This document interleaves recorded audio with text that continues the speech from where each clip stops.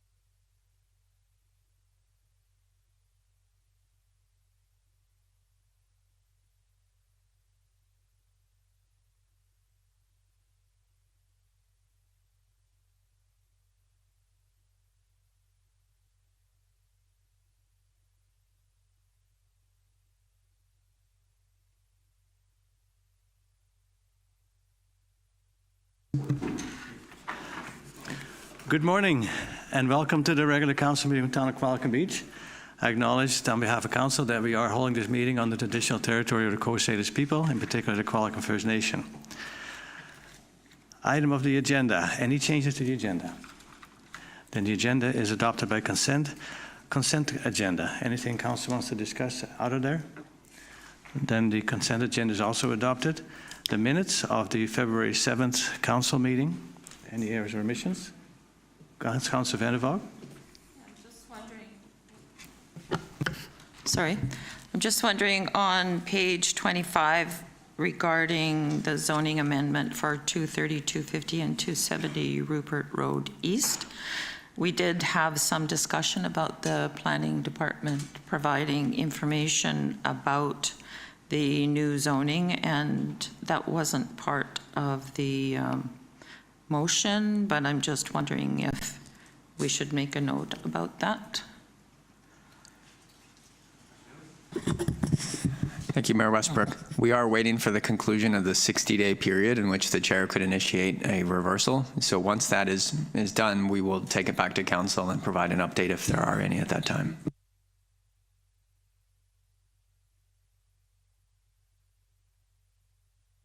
Then the minutes are approved by consent. Delegations about short-term rental impacts, and we have Lane Epos and a gentleman named Eric who's going to speak to us. Come on up. And because this wasn't invited and you asked for more time, is council okay with 10 minutes? All in favor of that? Okay, so that's by consent. They can have extra minutes. Thank you. I appreciate that. Let's practice my clicker here for a minute. Okay, yeah, looks like we're good. So good morning, Mayor and Council. My name is Eric Swanson, and I'm a principal with Third Space Planning. Today I'll be sharing some key findings from a study we completed for Parksville Qualicum Beach Tourism Association on the impacts of short-term rentals in Qualicum Beach. A little bit about us. We're a consultancy based out of Victoria, and one of the things we do specialize in is local short-term rental regulations. In 2020, we worked with FCM, UBCM, and others to write a comprehensive toolkit on the subject.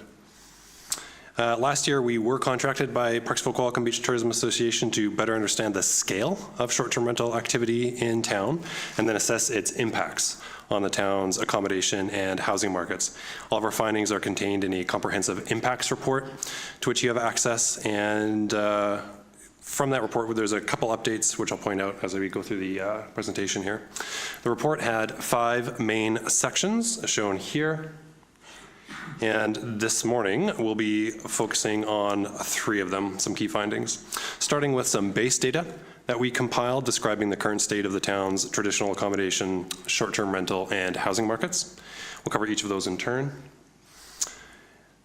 And I've got 2 clickers I need to work simultaneously here. Here we go. So when we say traditional accommodation, we're referring to hotels, motels, resorts, inns, and licensed beds and bed and breakfasts. And at present, Qualicum Beach has about 150 units of licensed fixed-roof traditional accommodation, mostly hotel, motel, resort, and inn units, but also some bed and breakfasts. Around half of these are condo-style units with amenities like kitchens, more space, and more privacy. This is important to point out because it's demand for these types of amenities that are often held up as a reason to allow more short-term rentals. The fact that you have a long history here of already providing these types of units in purpose-built guest accommodation makes it easier to imagine a future where you're less reliant on residential short-term rentals to accommodate visitor demand.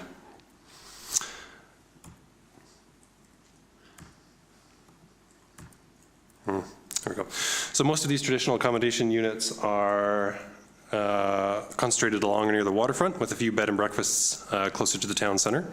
Red is B&Bs on this map. Blue is hotels, motels, resorts, and inns.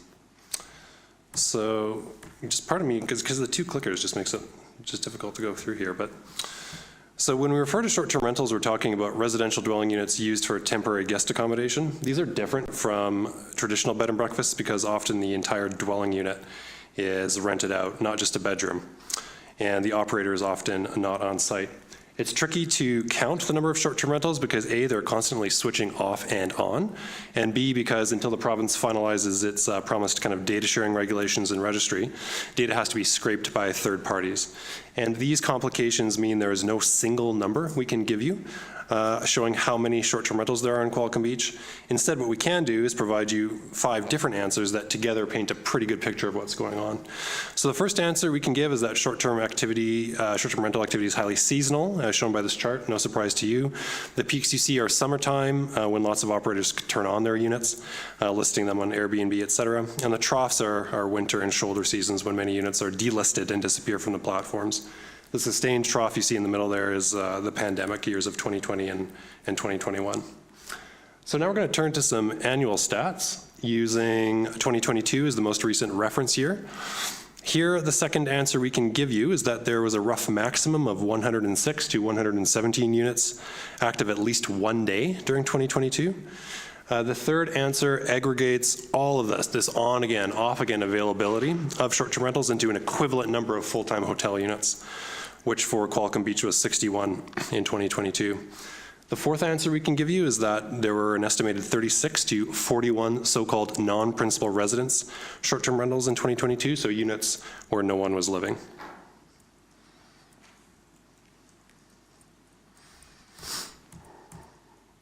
The fifth and final answer we can give is that there's a growing number of short-term rentals in Qualicum Beach. Here we see 4 different indicators charted from 2019 through 2023 with very small font on those axes there, apologies. But we can see that after the 2020-2021 pandemic slump, there has been rapid growth in 3 of the 4 kind of charted indicators. There are a wide variety of housing types being used as short-term rentals in Qualicum Beach, including single detached homes, secondary and garden suites, and condos. Approximately 90% of these units are being rented as entire home listings, i.e. the operator is not present during the stay. We've included apartment hotels, the light pink slice on this graph. They're not actually short-term rentals per our definition because they're not residential dwelling units, but they show up on Airbnb, and it's useful to know how many of these there are. So we kept them on this graph for your information.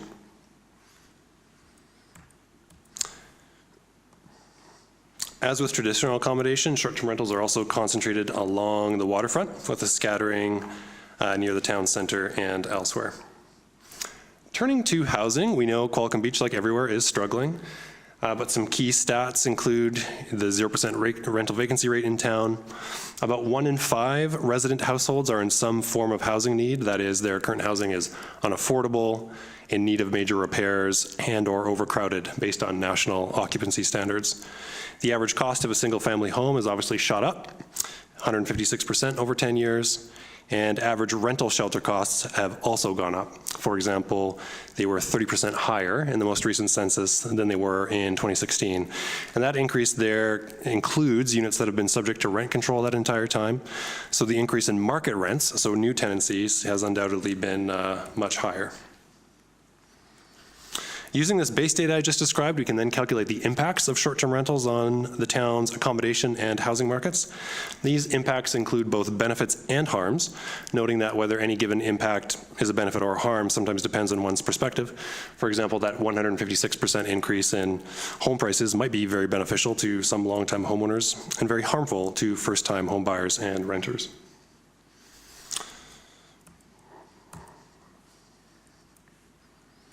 We'll start with impacts on the town's accommodation market.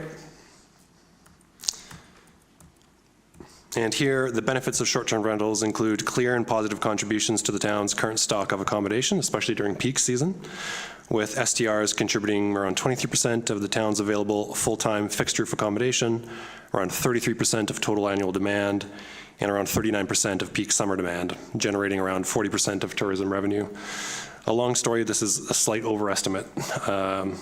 But if you're curious as to why, I can explain during Q&A. However, these apparent benefits come with harms to traditional accommodation providers, including through both direct competition, especially during the low and shoulder seasons, and by decreasing the availability and affordability of staff housing. In other words, decreasing the ability of traditional accommodation providers to succeed and expand, by which they might decrease the need for short-term rentals in the first instance. To help understand, or help answer rather, the question of how needed short-term rentals truly are from an accommodation perspective, we imagined what would happen if they all suddenly vanished during the peak month of August, but demand remained the same. And in this case, in 2022, there would have been a shortage of around 39 fixed roof units. In other words, if you wanted to eliminate the negative impacts of short-term rentals, but still fully accommodate visitors, you'd minimally need 40 or so new units of purpose-built traditional accommodation to fully meet year-round demand. And you'd probably want quite a few of those to be condo-style units. Turning to impacts on the town's housing market, we assess short-term rentals as largely bringing harm.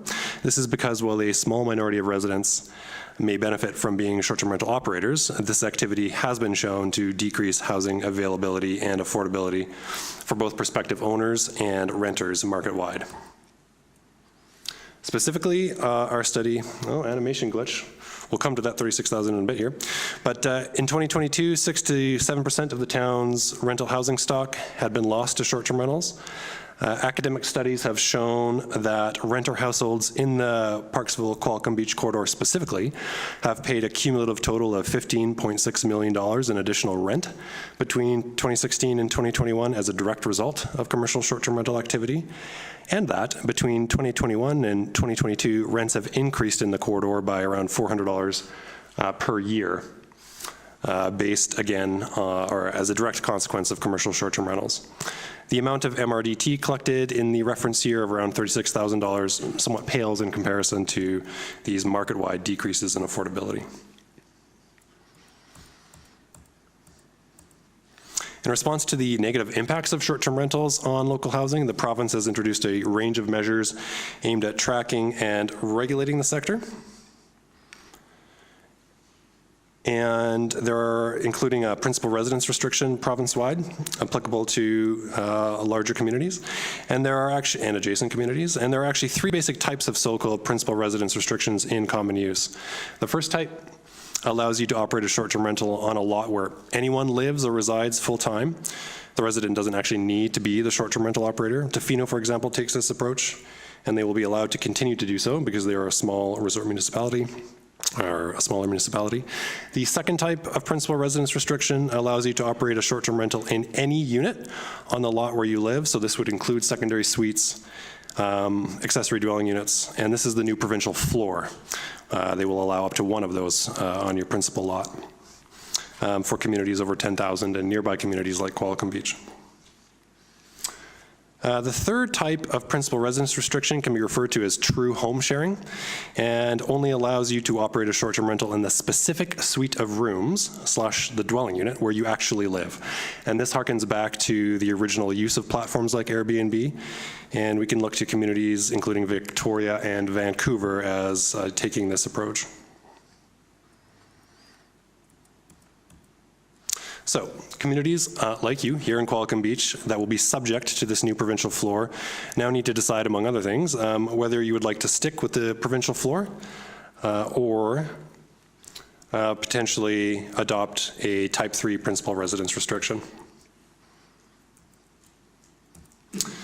And this comes down to what each community's prioritized goals are for short-term rental regulations.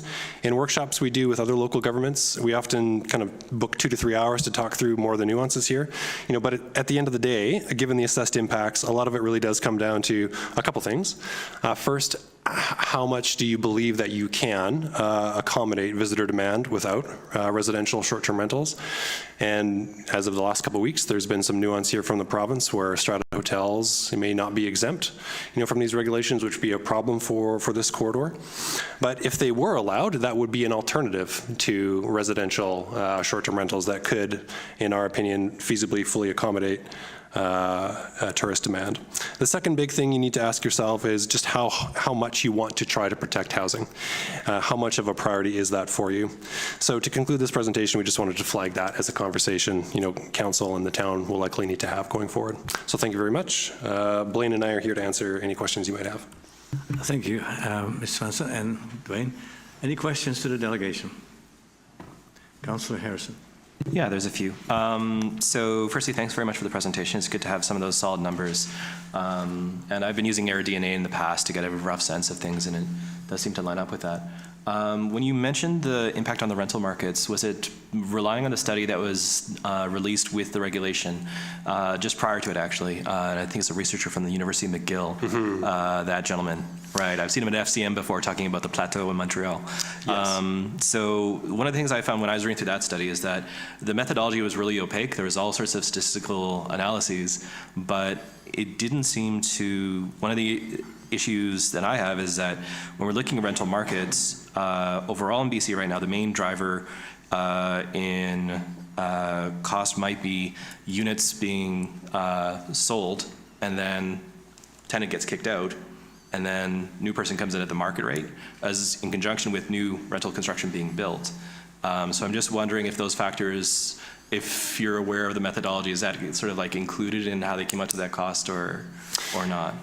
So I can answer that question in two parts. First, by being a little bit more explicit about how short-term rentals do impact affordability for both rental and ownership units.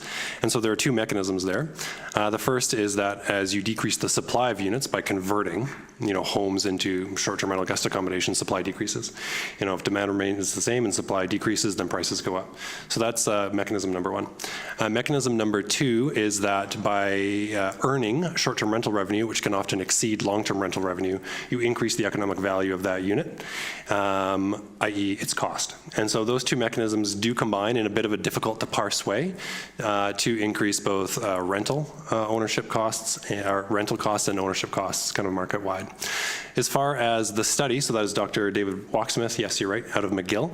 The report, I'm not sure what link was provided in conjunction with the province's announcement, but there is kind of detailed methodology available on that. And what he did was use the pandemic years as kind of a calibration technique, kind of a rare but very useful calibration technique where he was able to find communities with similar vacancy rates and other factors, see where short-term rentals were increasing because people were kind of leaving major centers and actually going to kind of more rural areas and booking short-term rentals a lot more, versus Vancouver, where the short-term rental market declined significantly because people were just not doing that. And by using the kind of that difference, he was able to isolate with greater precision than previously available the specific impact of short-term rentals. So based on our understanding of the methodology, we're quite confident that it is the best available methodology, and not perfect, it's just a model. No model is going to give you perfect numbers, but it's currently the best available model to quantify, to the extent we can, the impact of short-term rentals on the housing market. And just to follow up, I'm not trying to say that the study isn't accurate, but there was one interesting thing I found about the study. Do you remember who funded that study? It was a combination of the social SHRC, social sciences, and Humanities Research Council, and BCHA, the BC Hotel Association. Yeah. Thank you, Councillor Harrison. Oh, and I should just clarify, I'm not defending the methodology one way or the other. That's just my understanding. Yeah. Thank you, Councillor Harrison. Councillor Skipsey. Thank you, and thank you for your presentation. I will go back and look at some of that because it went by quite quickly, but it's great information to have at our fingertips. One of the things that I keep hearing is that people turn to Airbnb because there's so many issues with the BC Tenancy Act and landlords' rights and whatnot, and so that even if they weren't used for Airbnb, they may not be used for short or for long-term rentals otherwise and whatnot. But is there something that we should be doing, like to lobby the provincial government, or is there any actions that that are being taken, or have you heard anything around that? Well, first, just to underline your point that even if you took, for example, a type 3 kind of principal residence restriction approach, you're not guaranteed a certain number of units will convert back to homes, because depending on the circumstances of any individual owner, they may or may not want to do that for any number of reasons, financial or just, you know, the legislative framework that governs tenancies. What you will get is some, and so that's kind of you have to wait and see and then count exercise. As far as any, you know, pending changes to, if I understand your question, make it more attractive or seamless to utilize dwelling units as long-term rentals, I'm not aware of any that haven't yet been announced.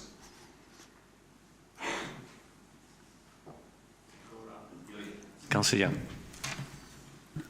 Thank you for the presentation, and I'm just curious, given the research that's been done now, have you been lobbying the province as to possibly getting grants for stimulating developers to build hotels so that we can have our short-term rentals as rental accommodations? As far as advocacy, I might turn that over to Blaine here. But before Blaine steps in, I can say just from a planning policy perspective, that is one thing we have been recommending, even to local governments where they have the ability to do so, to facilitate additional purpose-built commercial guest accommodation as an alternative to relying on the housing stock. Oh, and another question is also that have you asked about, like for instance, Resort Drive, where it's purpose-built to be a condo for the buyer and then they can rent it out as a short-term rental? Have you lobbied for that to be not changed out? Yeah, go ahead, Blaine. Sure. Yeah, this is something I can speak to. Excuse me. I think in the media has covered Vancouver in regards to the massive shortage of hotel rooms that Vancouver has. I believe Vancouver might be short something like 10,000 hotel rooms right now. And so that's really brought a focus to the need for more hotel rooms if we're going to be regulating short-term vacation rentals more.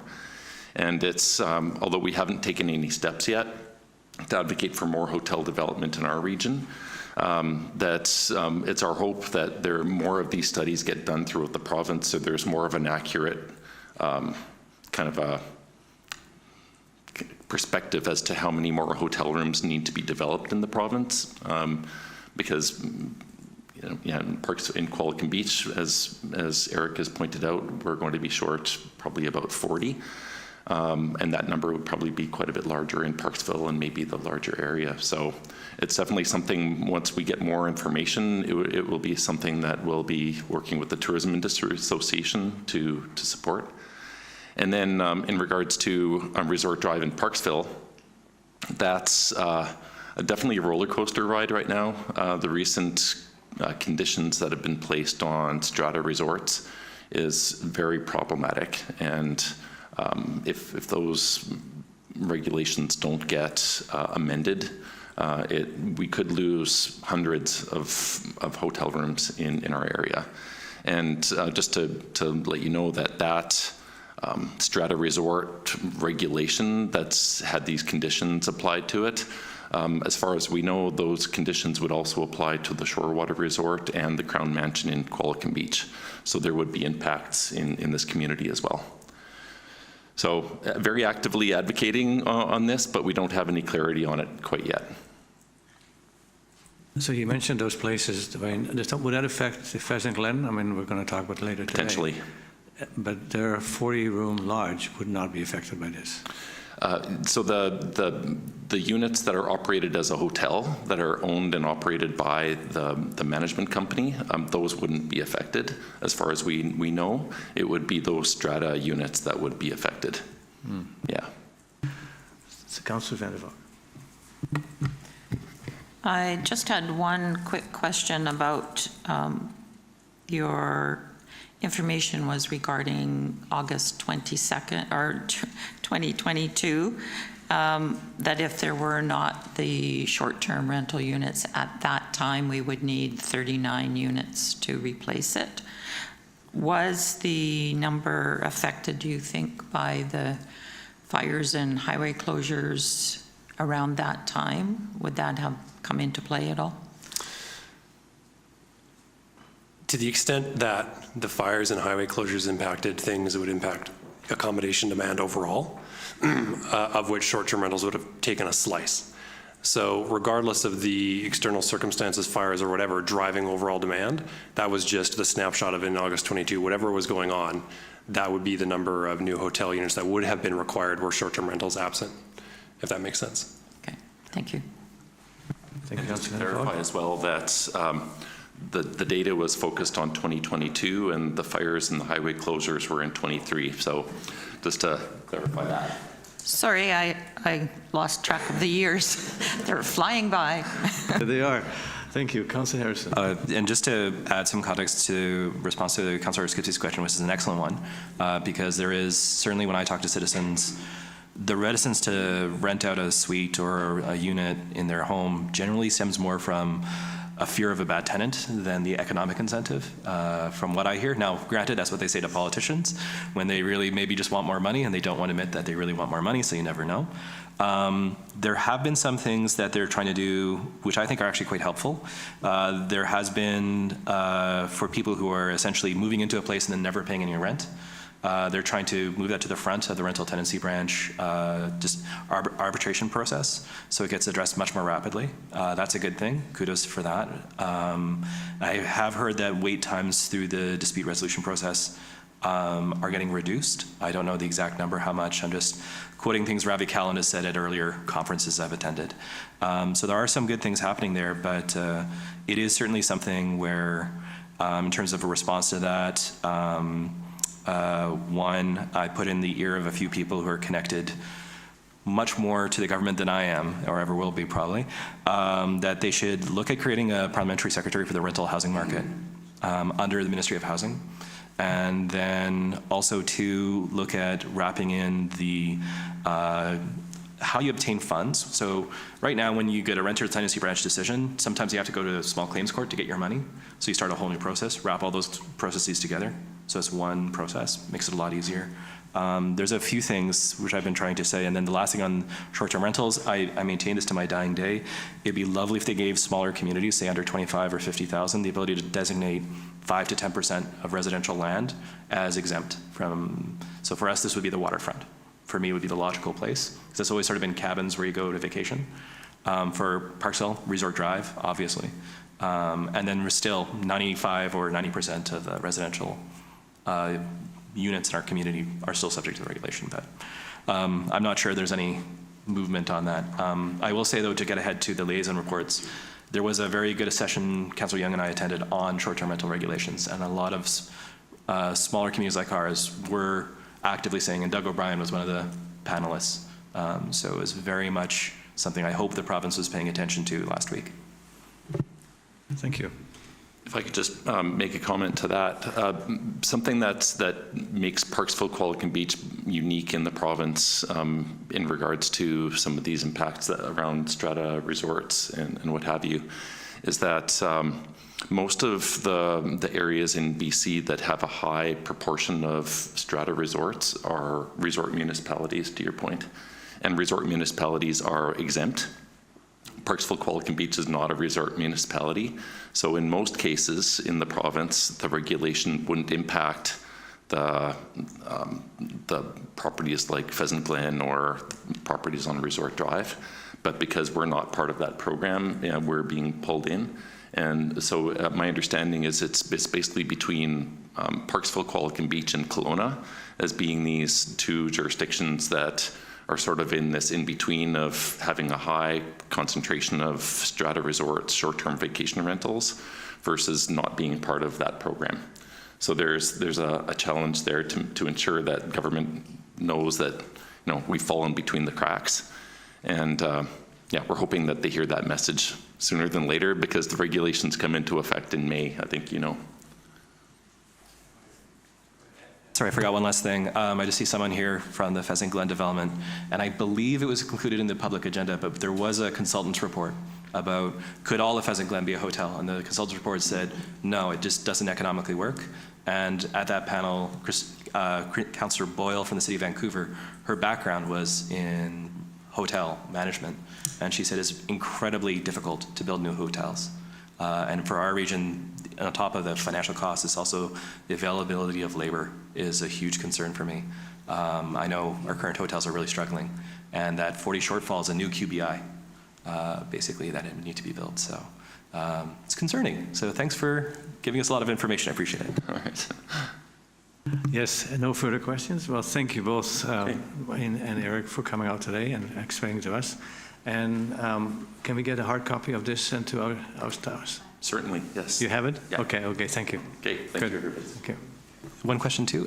There's also like the front page of an actual report from October 2023. Is that something that could also be forwarded to our staff? Because I'm not sure if I've received Yes, it. that report, I think staff has it and can circulate it to council. Yeah, great. Thank you. Thank you. And just to point out the obvious, we have a lot of pink in our screens and on our clothes because it's Pink Shirt Day, which means anti-bullying and harassment. And council supports fighting people who want to, in a way, harass and bully people. And we've always stressed that this is a safe work environment where we want people to feel welcome and safe. Thank you. Next is the other correspondence from the Region of Nanaimo, and there's a staff recommendation. Councillor Skipsey, Councillor Harrison, discussion, all in favor, opposed if any, carried unanimously. Thank you.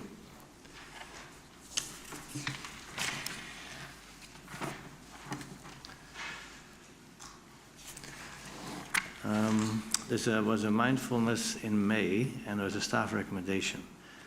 So what is Councillor's wish? Councillor Skipsey? Councillor Harrison, seconding. Discussion? Councillor Harrison. I just want to give a shout out to Diane Moran for doing a ton of work on this. It's a really wonderful thing. Huge success last year. Look forward to it this year. Thank you. And we're going a little bit slower because we have two who normally attend to help with the process, our Deputy Corp Administrator and our CAO. So Ms. Svensson has taken 3 roles here today, so that's why we're moving, make sure everything gets recorded properly and accommodate that. Then there was a letter regarding the airport review. Did we not vote on this? Okay, I'm sorry. All in favor? Opposed, if any? Carried. Thank you.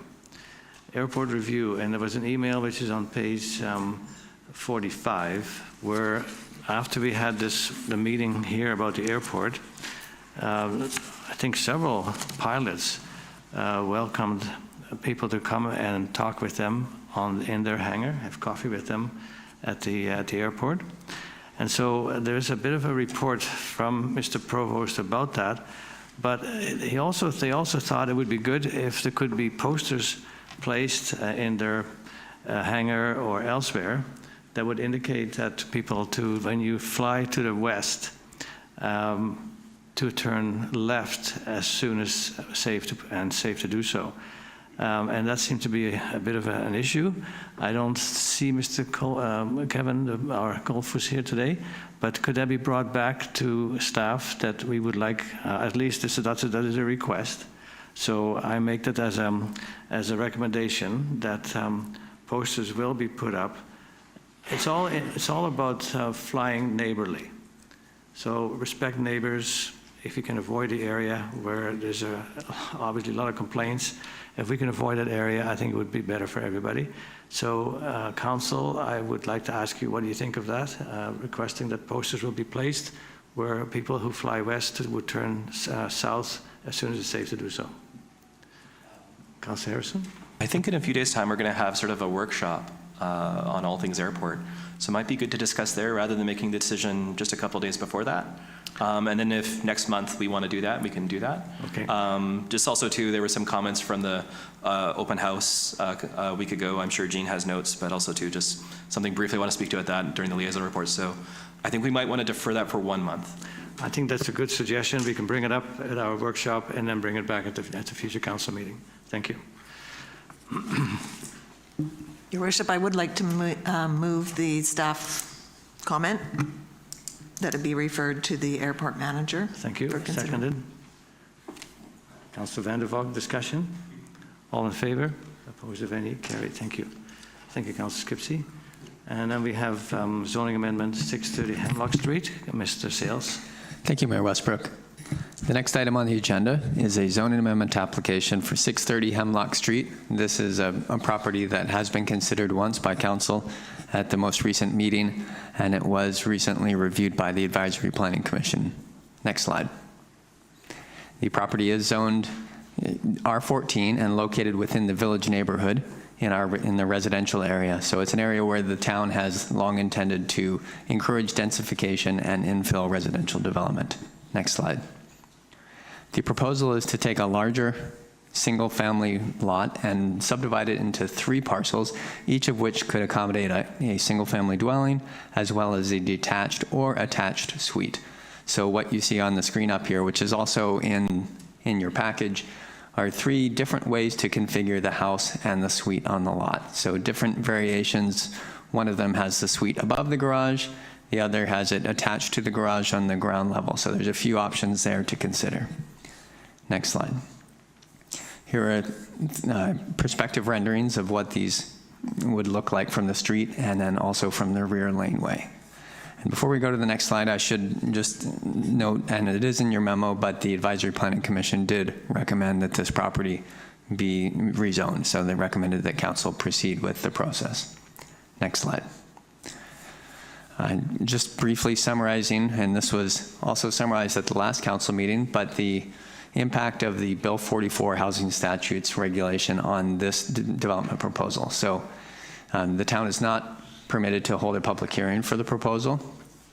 And it's important to note that although the density will be going up as of right, when the zoning amendment is adopted prior to June 30th, that would not enable the property owner, the applicant in this case, to subdivide into the 3 parcels. So that's why this zoning amendment is coming forward, and rather than just waiting for the provincial-wide regulation. And the third note is that the R21 zone likely will not be required after adoption of that, because the primary difference between R21 and some of the other residential zones is the reduced setbacks that are proposed. And those setbacks will also likely be coming as of right when that provincial regulation proceeds and the town adopts the zoning bylaw. Next slide. With that, the staff recommendation is that this bylaw be read a second time. And on the screen doesn't say as amended, but it does need to say as amended, which is also noted in your package. Thank you. Thank you, Mr. Sales. Councillor Harrison. Just moving the staff recommendation. So you're moving the Second reading. Second reading. And Councillor Young seconding. Discussion? Councillor Vander. Thank you. I think it's best to wait until we have until the 30th of June this year for the zoning changes we are required to make by the provincial government to essentially come into effect. They are in effect now, but we have a lot of work ahead of us in terms of how this will come out exactly for the town. I have some concerns about this that I think we should look at first. The first concern is the lot size, and the second is energy efficiency.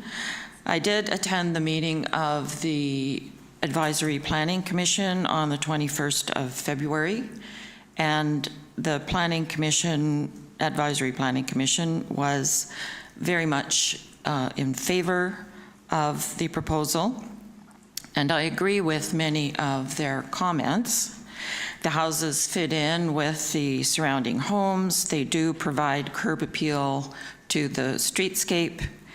They have good floor plans for the most part and have the potential for long-term rentals. But beyond, if we look beyond the form and character, let's consider lot size.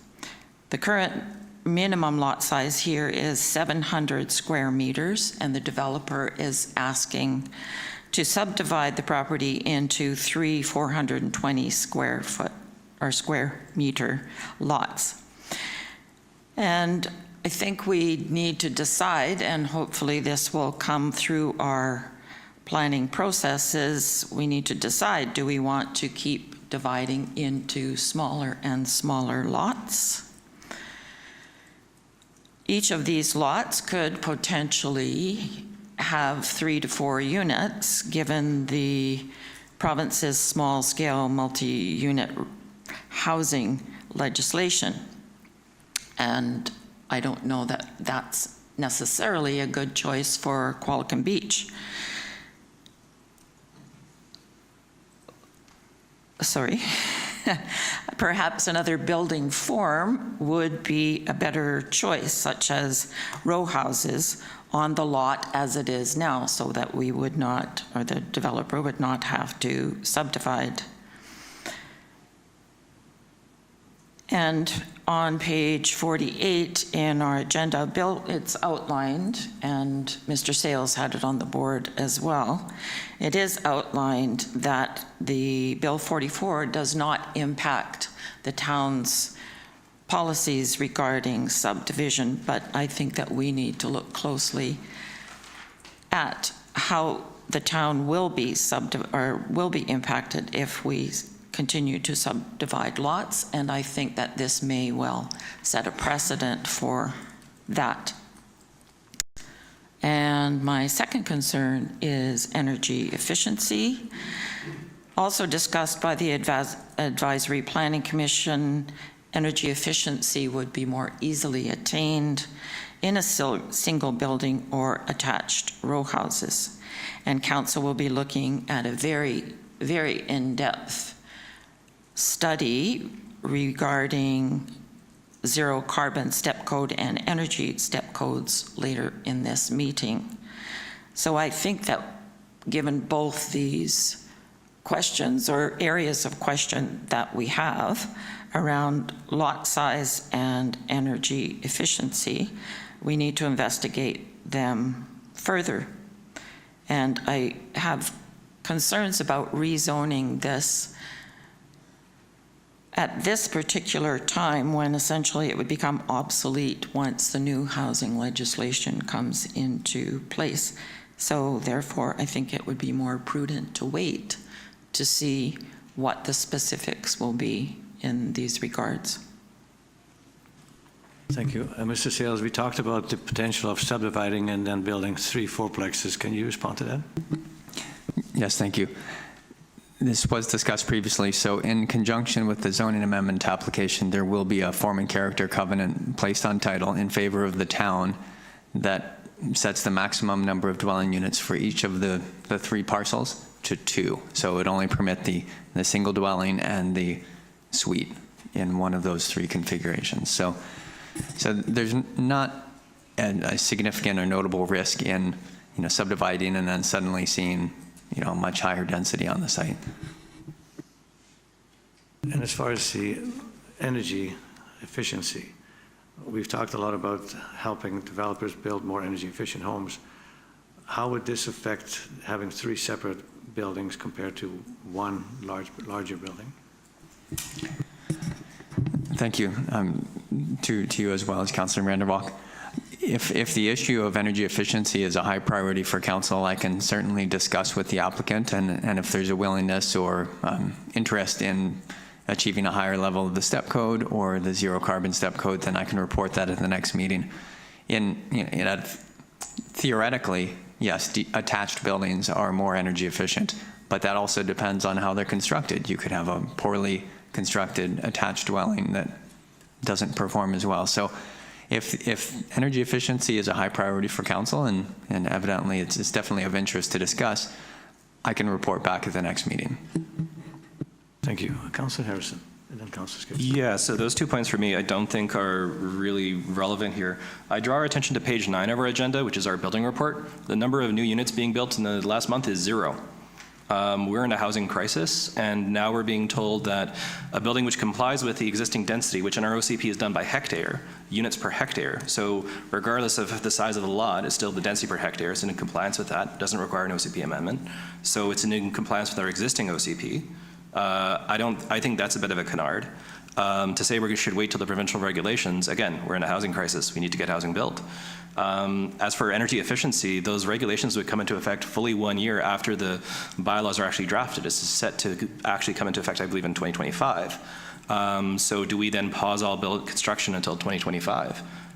This is residential construction, which, quite frankly, no one's opposed to. The APC recommendation specifically was to pass as presented, not just to maybe pass. So I think both those arguments to delay this further, we delayed it already earlier when it's precisely in line with everything we've been doing for the past several years. It's in line with the OCP recommendations for the village neighborhood area. If you want to talk about excess density, if this was in Qualicum Woods or in Eagle Crest, maybe there's a conversation there. But this is basically following our OCP to the letter, so I don't see why we delay it. Councillor Skipsey and Councillor Young. Okay, thank you. I do share some of Councillor Van Valk's concerns. I guess I'm looking for clarification on how we're going to be going forward. So you had mentioned that this would be the last time probably this zoning would be used. So after June 30th, then would we not be going and subdividing lots and adding covenants to them so they can't do the provincial legislation? Or would we continue to subdivide properties going forward? I guess that's I just need some clarity around what the future looks like. Thank you. Through the chair to Councillor Skipsey. Bill 44 doesn't impact or guide the municipality in subdivisions. So for that, the official community plan would still be the kind of guiding framework that we use to assess whether something complies with the OCP and should advance. So I think that probably moving forward, it would be somewhat like it has been in the past, where a report comes forward. An example would be the property on Berwick Road, Berwick and Sunnydale, that was recently subdivided, and there's 3 houses under construction. So at that time, staff presented to council that it was lower than the density being contemplated in the OCP, but it complied with the OCP in terms of the desire for infill housing and housing diversity. So at that time, council did advance it, and a covenant was put on title to ensure that what ultimately gets built on the property is what council saw at the time. So that's essentially exactly the process that's being proposed at this time. So Bill 44, it's a massive change in some respects, but in other areas it doesn't really impact the way the town considers development. So looking forward, I would project that if someone wants to subdivide their land and it doesn't propose, or if someone wants to subdivide their land and the zoning does not currently allow subdivision, they would still have to go to council and apply for a zoning amendment. And if there are other conditions like putting a maximum number of units on each lot, council could still apply that in the future and at that time. So I hope that provides some clarity. I do think that the old system, in terms of considering zoning amendments, is not going away. There will still be cases where the town has to consider zoning amendments, because Bill 44, it's not a green light to all types of development and infill. It's very specific guidance in terms of what will be permitted as of right. I know I noted that the residential 21 zone will likely go away, and that's just because that zone, that particular set of parameters, will no longer be needed once we incorporate this small-scale multi-unit residential housing framework into the zoning. So at that point, we can just delete it from the zoning bylaw. So it's just a holding pattern because the developer doesn't want to wait for June 30th because it's not relevant. So the R21 is just a temporary document that we'll just delete from the zoning bylaw when it's no longer necessary. I hope that provides some clarity. Thank you. Thank you. And we are allowed to respectfully disagree, including with the APC. So next is Councillor, Councillor Young, and then back to you. Councillor Young. I'd like to move this to second reading. I'm in agreement with the ABC as well as our staff. We all know that we need density in housing and smaller scale housing. That's fine. I mean, some people would maybe like that. It might be more affordable. So I'd like to move this to second reading. Thank you. Councillor Skipsey. Thank you. Well, just the other area I wanted to talk about was around energy efficiency, because how can we not when we have a great big report later on the agenda that talks a lot about the zero carbon step code and energy step codes. And then there was a couple of things that were brought up by the APC that I'd just like to get a bit more clarification on as well. So one of the things at the APC was about the laneway and the number of trees. There's about 10 significant trees that will have to be removed, it was stated. And I'm wondering, there was a suggestion that perhaps the laneway could kind of meander around those trees. And so I just wanted to get staff's perspective on that, whether that is actually something that could be done to retain, because there'll be 4 trees, significant trees on the property, and then the ones on the town land in the laneway. Thank you. Through the chair to Councillor Skipsey. Whenever possible, staff do prefer to retain the trees. And so sometimes preserving them means slightly adjusting the travel path so you go around the tree. Or in some cases, it means that the ground level needs to be built up to provide some protection for the root zones.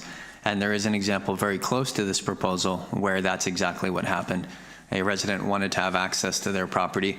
There was a large tree existing, and so an arborist was brought in and recommended specific mitigation measures to protect the root zone. So these things are possible. That doesn't mean every one of those trees can be retained. If the tree's in the middle of the lot, you can't get around it, but a number of the trees are close to the property line, so there might be opportunities for retention. Thank you. Okay, so we could put a driveway in a different spot or something. We could be a little bit flexible. I did have also concerns, the question came up around step codes, and there was a mention, I thought I heard them say that it would have on-demand water, but it was going to be gas heated. So I do have concerns about that, and in relation to the zero carbon step code, because we want to go away from any kind of gas heating and also, furnaces and hot water. But then it came up at our Environment and Sustainability Committee meeting the other day about actually gas stoves and the air pollution that is caused by gas stoves. And the statistics, afterwards I looked up, but there are cases, the research, a Harvard Health article from September 22nd, referencing a recent study from Stanford, notes that children living in households that use gas stoves for cooking are 42% more likely to have asthma, and according to the research. And so I think that that's one of the things that's going to be coming forward more and more, and the people who were involved in the research swapped out their gas stoves, even though I know foodies like it because it's instant heat and everything else. But I think along with emissions, there's also health issues as to why we would look at this. So I would really appreciate hearing back whether the applicant would be willing to use electric heating and hot water and those kinds of services. And also the other thing is, seeing as you brought up Berwick and Sunningdale, I know as part of the infill, and we've had these conversations where we're looking to replace lawns with more density and housing and whatnot, but I don't want to see us replacing lawns with cement, because that's not an environmental solution. And so I think that's fine, but there is a lot of cement if I look at the side yards and whatnot. So I would hope that there are pervious surfaces and that's taken into consideration, especially when we're reducing so much of the surrounding property. Thank you, Councillor Skipsey. Councillor Harrison. Yeah, just on that whole thing about children and asthma, I'd point to a 2013 study, Wangialia, which was done through ISACS, the International Society for Asthma and Allergies in Children, which went to, I think it was 47 different countries, looked at over 500,000 children, and found that there is no correlation between gas dose and asthma incidence. I'm aware of some other studies too. I've heard about the Stanford study. So I'm not familiar with the methodology of all those different studies, but I just caution that this is very much, there's some scientific dispute here. So I think that's something that maybe we shouldn't leap to an assumption as to what the outcomes are. Yeah, the other thing too is to the earlier question about subdivision is that I think another thing to consider is if you don't subdivide, you have a strata lot, essentially, where everyone has to be part of a strata. And sometimes I think people want to sell fee simple. So if we say that you have to do everything without subdividing, then it's a different essentially product that you're selling. There's a different home you're selling in terms of the ownership model. So just two things I just wanted to clarify is that one, I'd be very cautious about the health thing, because I know when we do the zero carbon report, I'll be commenting on some of the sources for the health information, but that's later in the agenda, so I'll just move on. Thank you. Councillor Vander. Thank you. I just wanted to make a comment about smaller is not necessarily less expensive. I don't think, and we've discussed this before, this legislation that the province has brought in isn't necessarily concerned with affordability. It seems to be more just geared to density and making some assumptions about if things are denser, then they're necessarily going to be less expensive.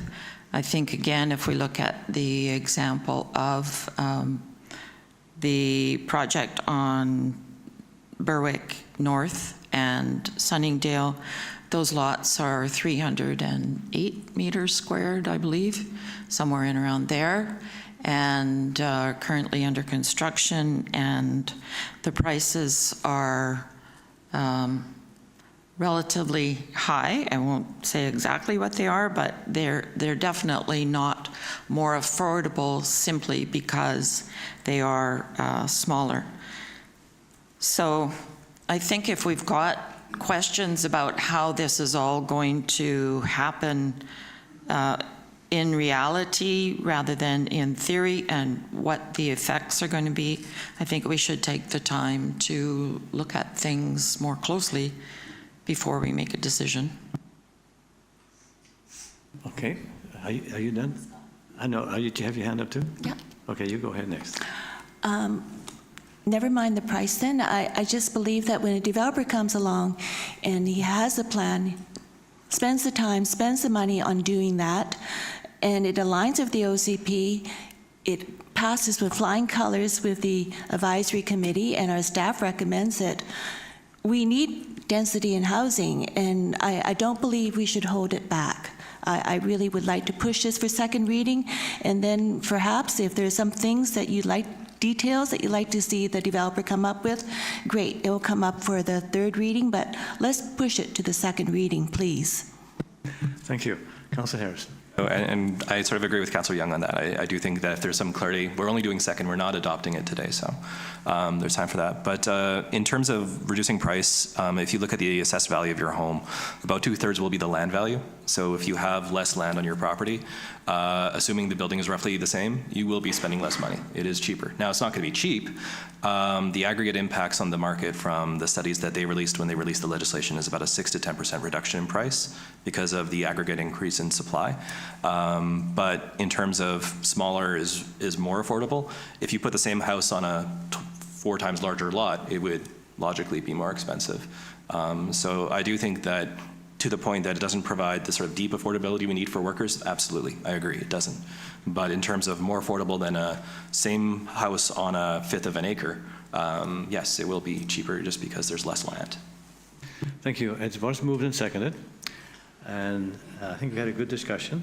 Councillor Skipsey, you'd like to add something? Well, I just wanted to add one more thing from the report that's later on the agenda, but they talked about adopting low carbon efficient building requirements today will ensure new buildings are future-proof and systems won't have to be replaced before the end of their lifespan. In addition to the environmental benefits, low carbon efficient buildings can improve health, well-being, and safety to residents. And it also talked about if we go ahead and allow gas hookups now, then these emissions are basically locked in for the lifetime of the building and make it more difficult to meet our greenhouse gas reduction targets, and unless they're retrofitted later at the cost to the consumers. So I do, and finally, that overall energy efficient home was listed as the 3rd most desirable feature prospective homeowners are looking for in a new home, with high efficiency windows coming in at number 4. So just a little tidbit for the developers there. Thank you. I will be voting in favor for second reading, but I hear some of the comments, and you've heard, and the designers in the room, about some of the comments about zero carbon and energy efficiency. So if those can be discussed with the owner or developer, that would be helpful. So on the question, are you ready? All in favor? Opposed? Councillor Van der Valk opposed. Thank you. And we have the, sorry? Just one question. I believe in zero. Okay. The next item is the second and third reading of the town financial plan. Mr. Hare. Thank you, Your Worship. Staff are recommending that the financial plan bylaw, which was read a first time at the last council meeting, be amended by replacing a revised Schedule A to the bylaw. The revised Schedule A has 2 changes reflected in it. Previously, the costs that are incurred with respect to the water and sewer utilities in the general fund and recovered from the water and sewer utilities were reported below the line, so they eliminated against each other, and you didn't see the impact in the Schedule A. So what we're doing now is reporting the recovery in the general fund and reporting the costs allocated to the water and sewer utilities in the water and sewer utility. Overall, this has no impact on taxpayers and it has no impact on total expenses, but you do see the true reflection of general fund expenses versus those expenses that are related to the water and sewer utilities.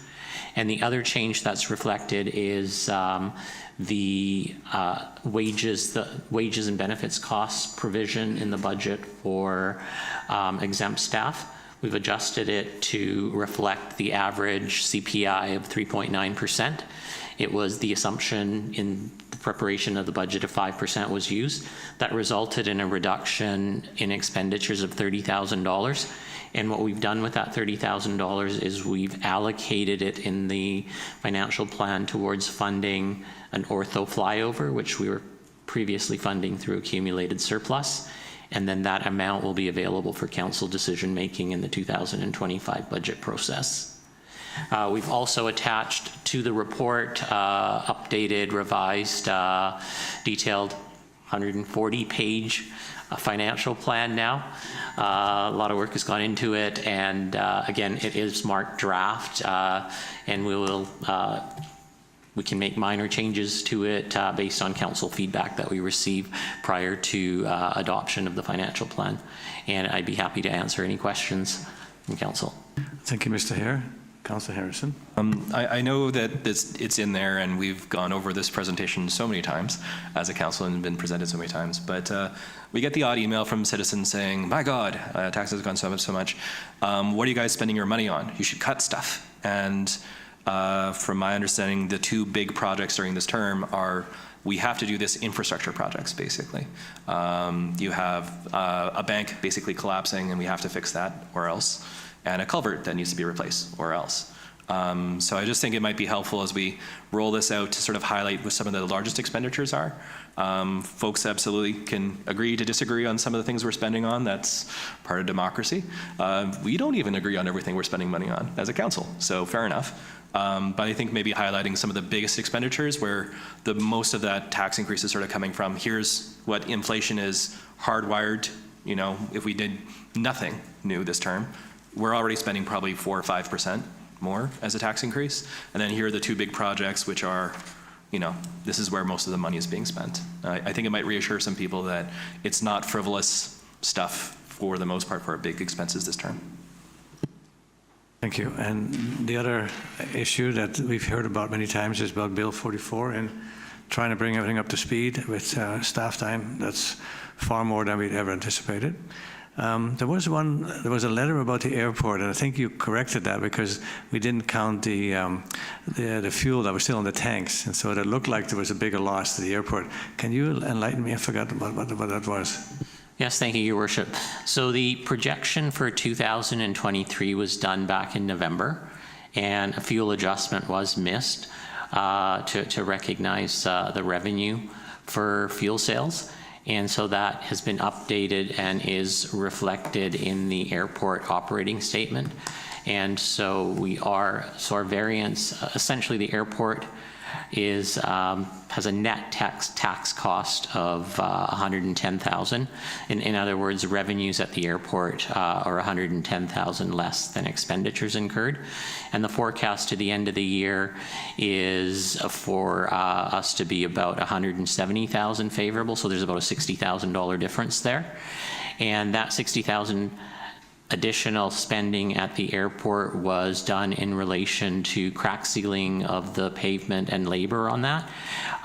Those costs were budgeted in Public Works and in the general fund. So the spending didn't take place in the general fund, at basically in other places and was done at the airport. So there are savings in other areas of the budget in Public Works that offset the overspending at the airport. Great, thank you. And on behalf of Council, I want to thank you for all the work you put in. That's a very detailed report. I think the community appreciates it. They may not like exactly the tax increase, but and there's a bit of confusion because we've seen both numbers, and I identified that there was a 7.7 number, but also a 6.1 number. And I would like to say, why don't we use 6.1? That sounds a lot better than the 7.7. If that is accurate, why not use 6.1? So, Your Worship, those are two separate. The reason we provide those numbers separately is the 7.7 is the increase in property tax revenue. So even though I cautioned Council about comparing a 1% increase or comparing a cost increase in taxes in other municipalities against Qualicum Beach, when other municipalities talk about their municipal tax increase, that 7.7% is what you would compare to those municipalities.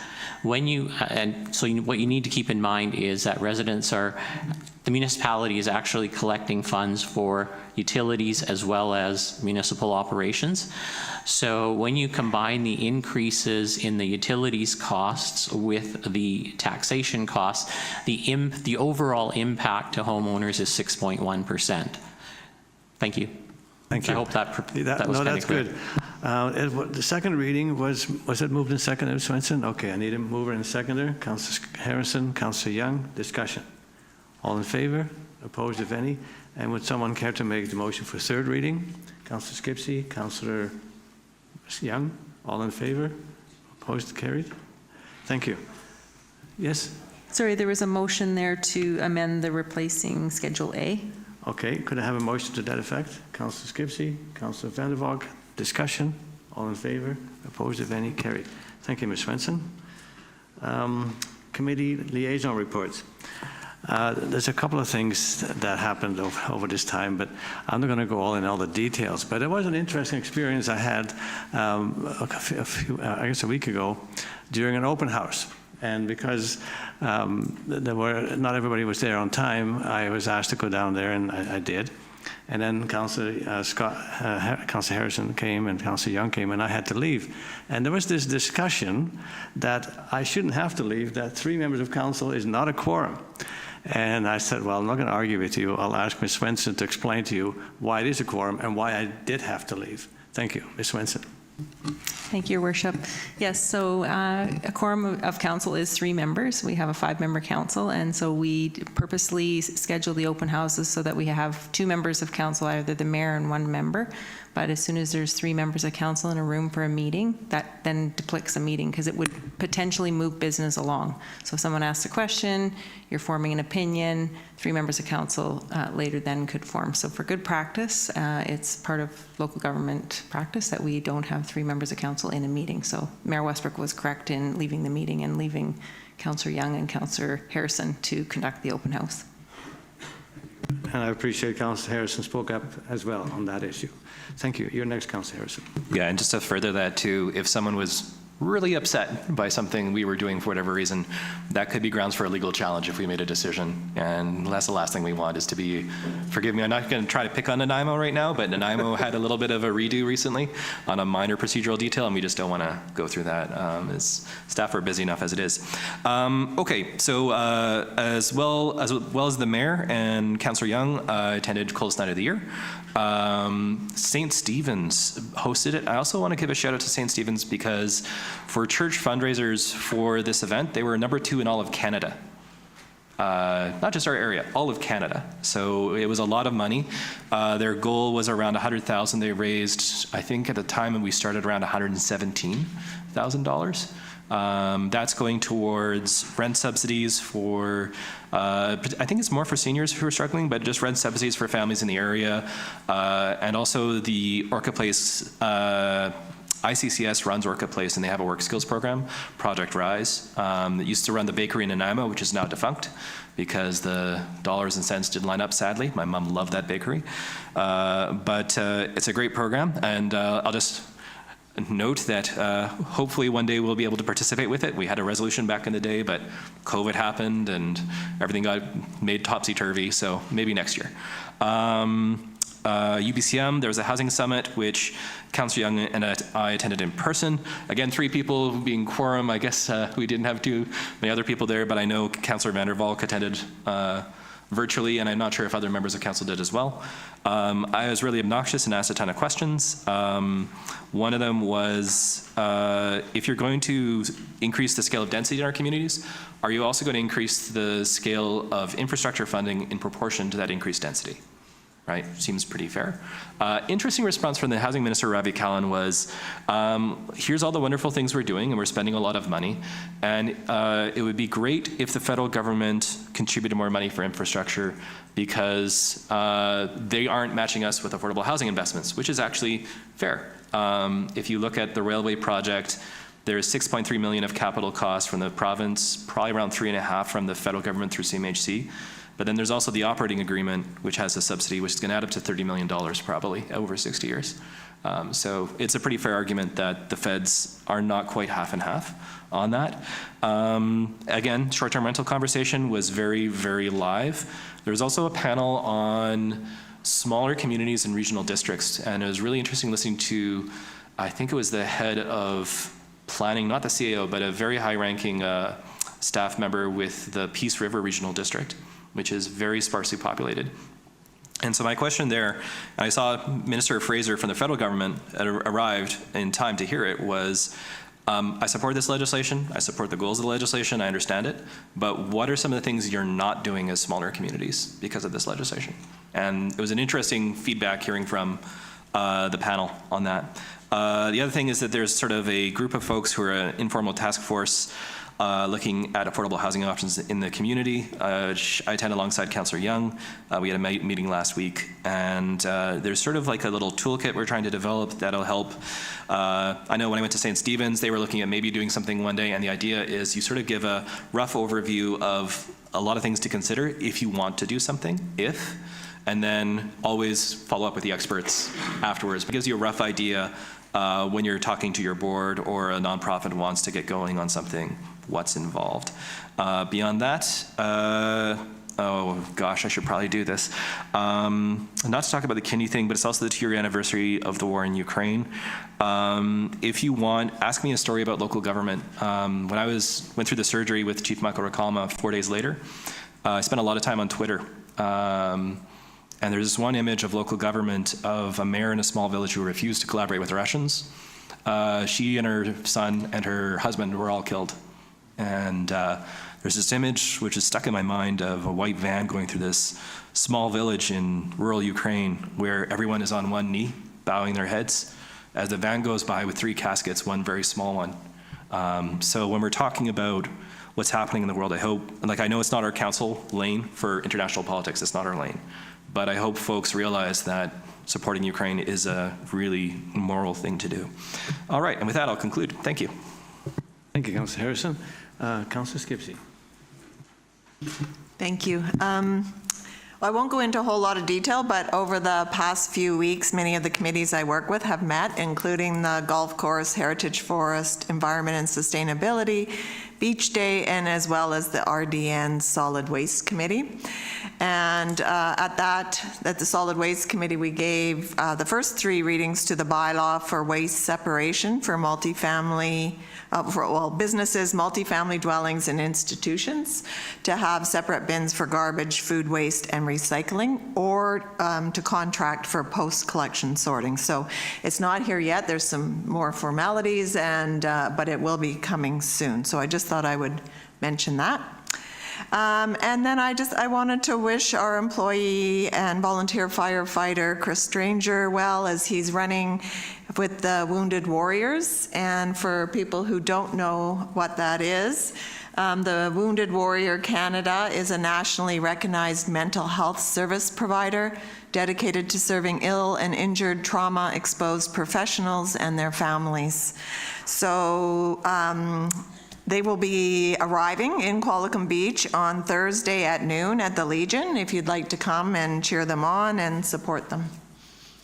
Thank you. We also had some correspondence about someone that was in trouble in a swimming pool, and because of the lifeguards and others, they were very much appreciated and were a great help. You were a lifeguard, and I thought I'd spin it over to you, being Parks and Rec. Your experience as a lifeguard and encouraging young people to become part of that. Yes, I was. That was way back in the days before Ravensong was even built. But it was the best job. I think one of the best jobs I ever had. It paid really well, and you're helping people. And I still have people coming up to me and said, "You taught me how to swim." So it is really rewarding.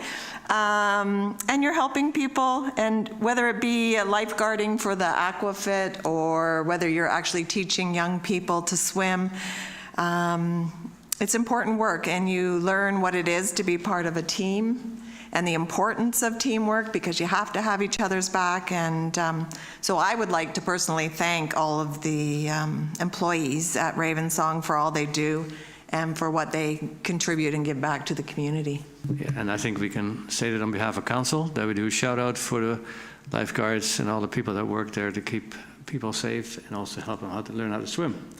Thank you. Councillor Vander. Thank you. My activities I've handed in my report so that I wouldn't have to go through everything. But I would just like to say I did attend the Housing Summit via Zoom. And the thing that struck me about that was, for the most part, it was a lot of concern on the part of smaller communities, all communities, not only small communities, about this and what's involved and how much effort and time and money this is all going to take. And I'm just not sure if the provincial government, they did take copious notes to some extent, but I'm not sure if they're going to make any changes or listen to us. So again, we're at the mercy of waiting to see, hurry up and wait to see what changes might come out of the summit. Thank you, Councillor Vander Valk. Councillor Young.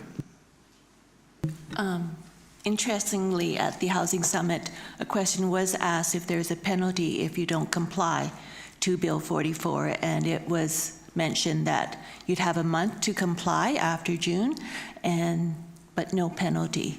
But I don't know if they're going to have, enough enforcement to really go after you. So I guess unless someone reports you for not complying. Scott wants to say something. Just. You finished your report? Oh, no, I'm not. Go ahead. Okay. So I'd also like to mention on the coldest night of the year walk, I had the pleasure of sitting next to Gord John, and he didn't do the walk, but he was there to thank everyone for participating. And the funding for this walk, as Scott mentioned, is for the Island Crisis Care Society. And I just want to mention a couple of details. The funds raised in Oceanside go directly to support Island Crisis Care Society. It's the newly developed community programs, umbrellas in Oceanside that includes Oceanside Outreach, rent subsidies, life skills for community connection, and Project Rise. And with their outreach staff, they're able to make over 600 connections within our community each month. And some of these connections, they would give referrals to food bank, reduction resources, mental health services, recovery house, or to the career centers. So they do a lot for emergency care for those that are in need.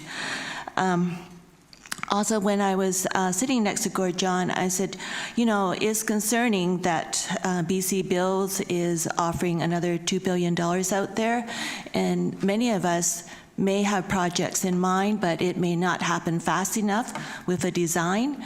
And for instance, like St. Stephen's Church, they've been talking about it, but they haven't gone ahead and spearheaded it yet.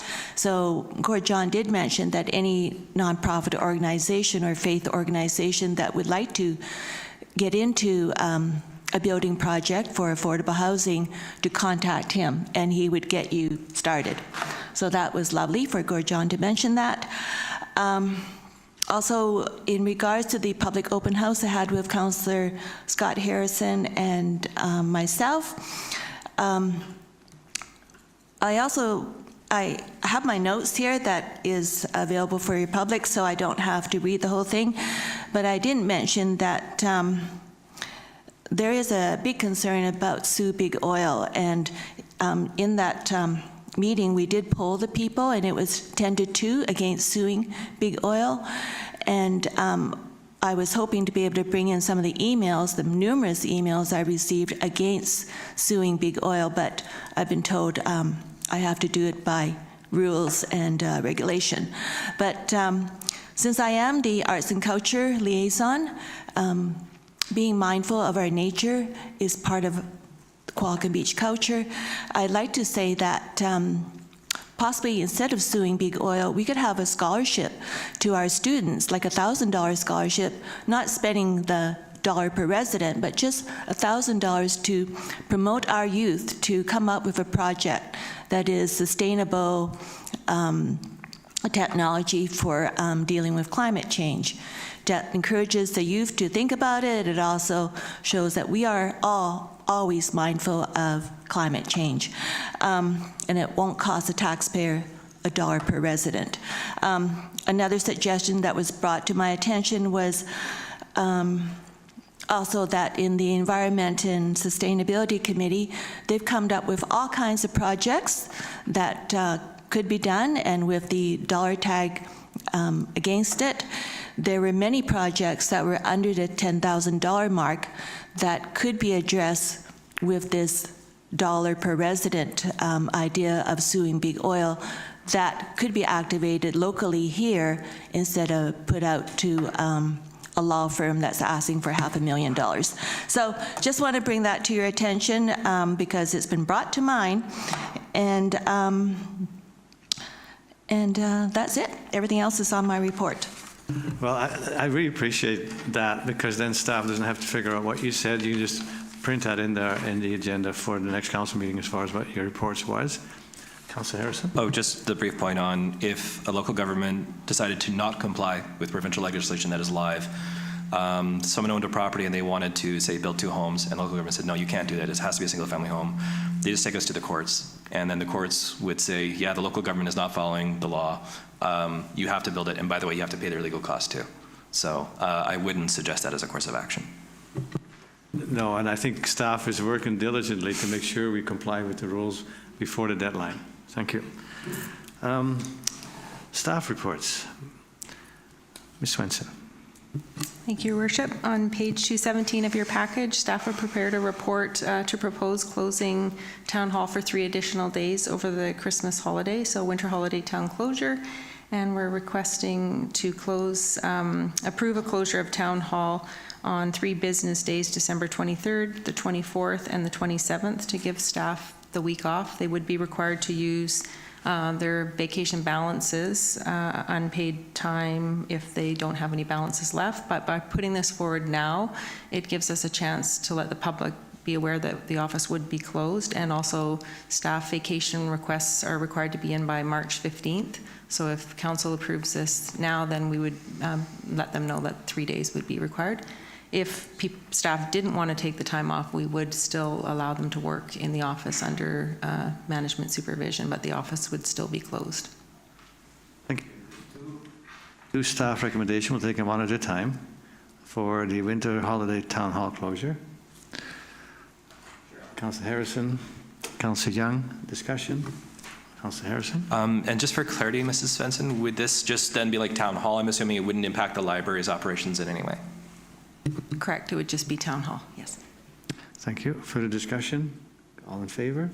Opposed, if any? Carried. Thank you. And the request for the community radio broadcast on town land. Councillor Skipsey? Councillor Harrison? Discussion? All in favor? Opposed? Carried. Financial administration, Mr. Hare. Thank you, Your Worship.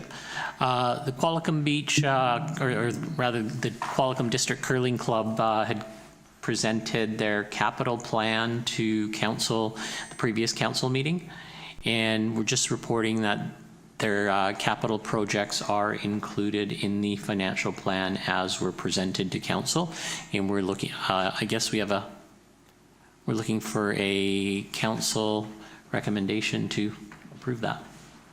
Thank you. Councillor Harrison, Councillor Skipsey, discussion? Councillor Vander.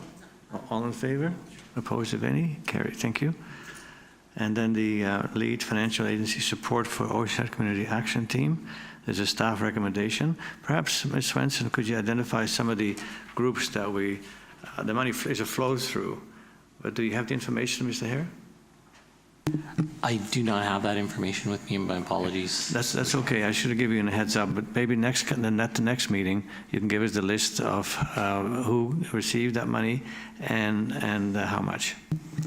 Yes, I will do. Thank you. Thank you. So there's a staff recommendation. Councillor Harrison, Councillor Skipsey, discussion. Councillor Harrison. Oh, and just briefly, it does sort of outline in the report for the public, if they want to read it immediately, how that process sort of functions, and it does go into some detail that basically we're a organization which passes money on from one body to another body here, and it doesn't really have any impacts on town finances other than a modicum of staff time. That's correct. Thank you. Discussion. All in favor? Opposed, if any? Carried. And then we got a new item, zero carbon step code. Mr. Sales. Thank you, Mayor Westbrook. With your permission, I'd like to pass this to our Climate Action Coordinator, Shinjini Mehta, to present on this topic. Thank you. Shinjini Mehta, you have the floor. Thank you, Mayor and Council. Good morning to everyone. I would like to make a short presentation on the proposed introduction of the Zero Carbon Step Code. Next slide, please. The Zero Carbon Step Code was introduced on May the 1st, 2023, as a part of the BC Building Code to provide an optional power to local authorities to exercise to limit their greenhouse gas emissions from new buildings. Next slide, please. It establishes 4 tiers of carbon performance, aligning with carbon emissions leveling across associated with the energy systems. The measure-only level, which is EL1, requires the measurement of building emissions without any reduction efforts. Moderate emissions level, or the EL2 performance level, requires the electrification of either space heating or domestic water systems. The strong emissions tier, or EL3 level, requires the electrification of both space heating as well as domestic water heating systems. The highest level, which is the gold standard of this code, is called the zero carbon performance level, or the EL4. This requires a full building electrification. Next slide, please. On the other hand, we have the ongoing BC Energy Step Code, which sets out energy efficiency targets for new buildings. It has 5 steps for Part 9 buildings and 4 for Part 3 buildings. As of May the 1st, 2023, it requires a 20% better energy efficiency for most new buildings, which is equivalent to Step 3 for Part 9 buildings and Step 2 for Part 3 buildings. In this slide, you can see where we currently are, and the next steps in this code will be introduced in 2027 and 2032 as per the provincial deadlines. Next slide, please. While both these codes are designed to support environmental benefits, the Energy Step Code supports increased energy efficiency of buildings, whereas the Zero Carbon Step Code aims at reducing their carbon footprint for climate mitigation benefits. The province is targeting the introduction of the next step of the ESC in 2027, mandating the highest steps by 2032. However, the province has provided local authorities the flexibility to phase in the highest level of the zero carbon performance level to reduce greenhouse gas emissions as per their strategic climate targets. Next slide, please. To examine the pathways for the introduction of the Zero Carbon Step Code, the RDN, in collaboration with the town and other regional municipalities, have commissioned a net zero building study, which we will refer to as the technical report. The report was finalized in late 2023, shortly after the 2021 regional emissions inventory was completed by the RDN in collaboration with the regional local authorities. Next slide. So this slide kind of shows you the overall emissions, 2021 emissions impacts of our town. The inventory found that the buildings and the stationary sources accounted for 28% of the town's emissions. Given the town's declaration of a climate emergency in 2022, this sector presents a key area of intervention for climate mitigation. Next slide. The technical report goes on to analyze 5 code adoption pathways for their potential impact on community-wide emissions reduction. Pathway 1 is the do-nothing alternative, which basically allows proponents to voluntarily adopt the Zero Carbon Step Code and the Energy Step Code. Pathway 2 examine the impacts of accelerating only the Energy Step Code ahead of the provincial provincial timelines. The pathway number 3 looked at the adoption of the low carbon energy system pathway, which is being used by several municipalities in the Greater Vancouver area. The pathway number 4 is looked at the acceleration of the highest levels of the Zero Carbon Step Code prior to the province's 2030 deadline, so about 2025, 2026 adoption for the highest EL level 4, and without any step up in these energy step codes. And pathway number 5 adopted a more aggressive approach of accelerating the energy step code as well as the Zero Carbon Step Code by 2025 and 2026. The report recommends local authorities take up pathway number 5 for the greatest environmental benefits. Next slide, please. Stakeholders were widely consulted to obtain feedback on the proposed approach. There was a survey of 26 respondents, of which 16 were from Qualicum Beach. The survey and the engagement findings are that there is a high support for the acceleration of both the Energy Step Code as well as the Zero Carbon Step Code, and many builders already have experience with building electrification systems, although many developers highlighted that the supply chain challenges and technological non-readiness for immediately transitioning to the highest level of both the codes at the same time. There is also a need for regional alignment in the implementation, which came out during the staff workshops. This was brought forward to support the construction industry in this transition in our area. The city of Nanaimo has been a pioneer in the adoption of the zero carbon step code in our region. As you all know, on 28th of August 2023, the city of Nanaimo's council voted to support the expedited timelines for implementing the province's zero carbon step code and the BC Energy Step Code, requiring new buildings to meet the zero carbon performance level by 1st of July 2024, which is this year, and also mandating Part 3 building types and occupancies to meet the Step 3 of the Energy Step Code by 2026 January, which is 1 year ahead of the provincial timeline. Next slide, please. The summary of options analysis was done carefully by staff based on the technical report and engagement summaries that we received. The taking no action approach, which is on the left-hand side column with all the reds in it, that would have the least environmental and climate benefits.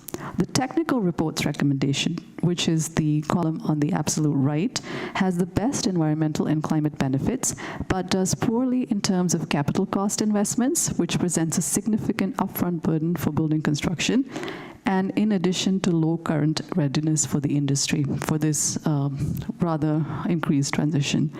The proposed approach, which is in the middle, is the introduction of the EL4 in January 2025, and following the provincial timeline of the Energy Step Code step upgrades as per the provincial timeline. This approach is being recommended by staff as a middle ground approach, providing substantial climate mitigation benefits without excessive cost burdens and also allowing the industry the time to transition for this technical undertaking to process to the higher step of the Energy Step Code. Next slide, please. This slide presents the pros and cons of the technical report's recommendations, many of which we have already discussed in the presentation. I would like to draw your attention to the cumulative emission savings by 2030. If we adopt the technical report's recommendation, this would result in marginal carbon emission saving of 3 tons of carbon dioxide equivalent by 2030, compared to the staff recommendation. To put this into context, this is slightly less than the annual emissions benefits of taking 1 car off the road. The proposed approach lessens the financial and technical impacts on homeowners, developers, contractors in the short term and allows for a smoother transition. Next slide. The staff recommendations are on the presentation for Council's actions. And next slide, please. The alternatives that Council may wish to look at are adopting the zero carbon step code EL4 level by January 2025, and in addition, fast-tracking the energy step code to January 1, 2027, in line with the technical recommendation reports of the technical report. And the council may also choose to provide alternative direction to staff. So with this, I'd like to wrap up the presentation, and we're happy to take any questions. Thank you very much. Thank you. Councillor Skipsey and Councillor Harrison.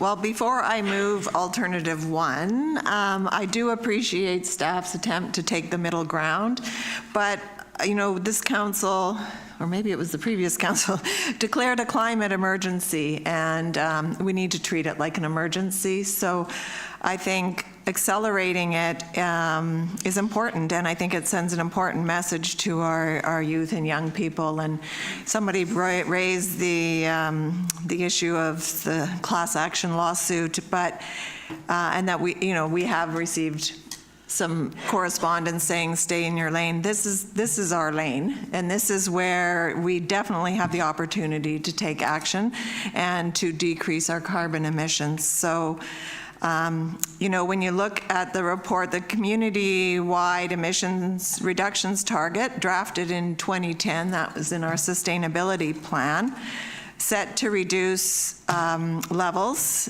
by 2007 levels by 33% by 2020.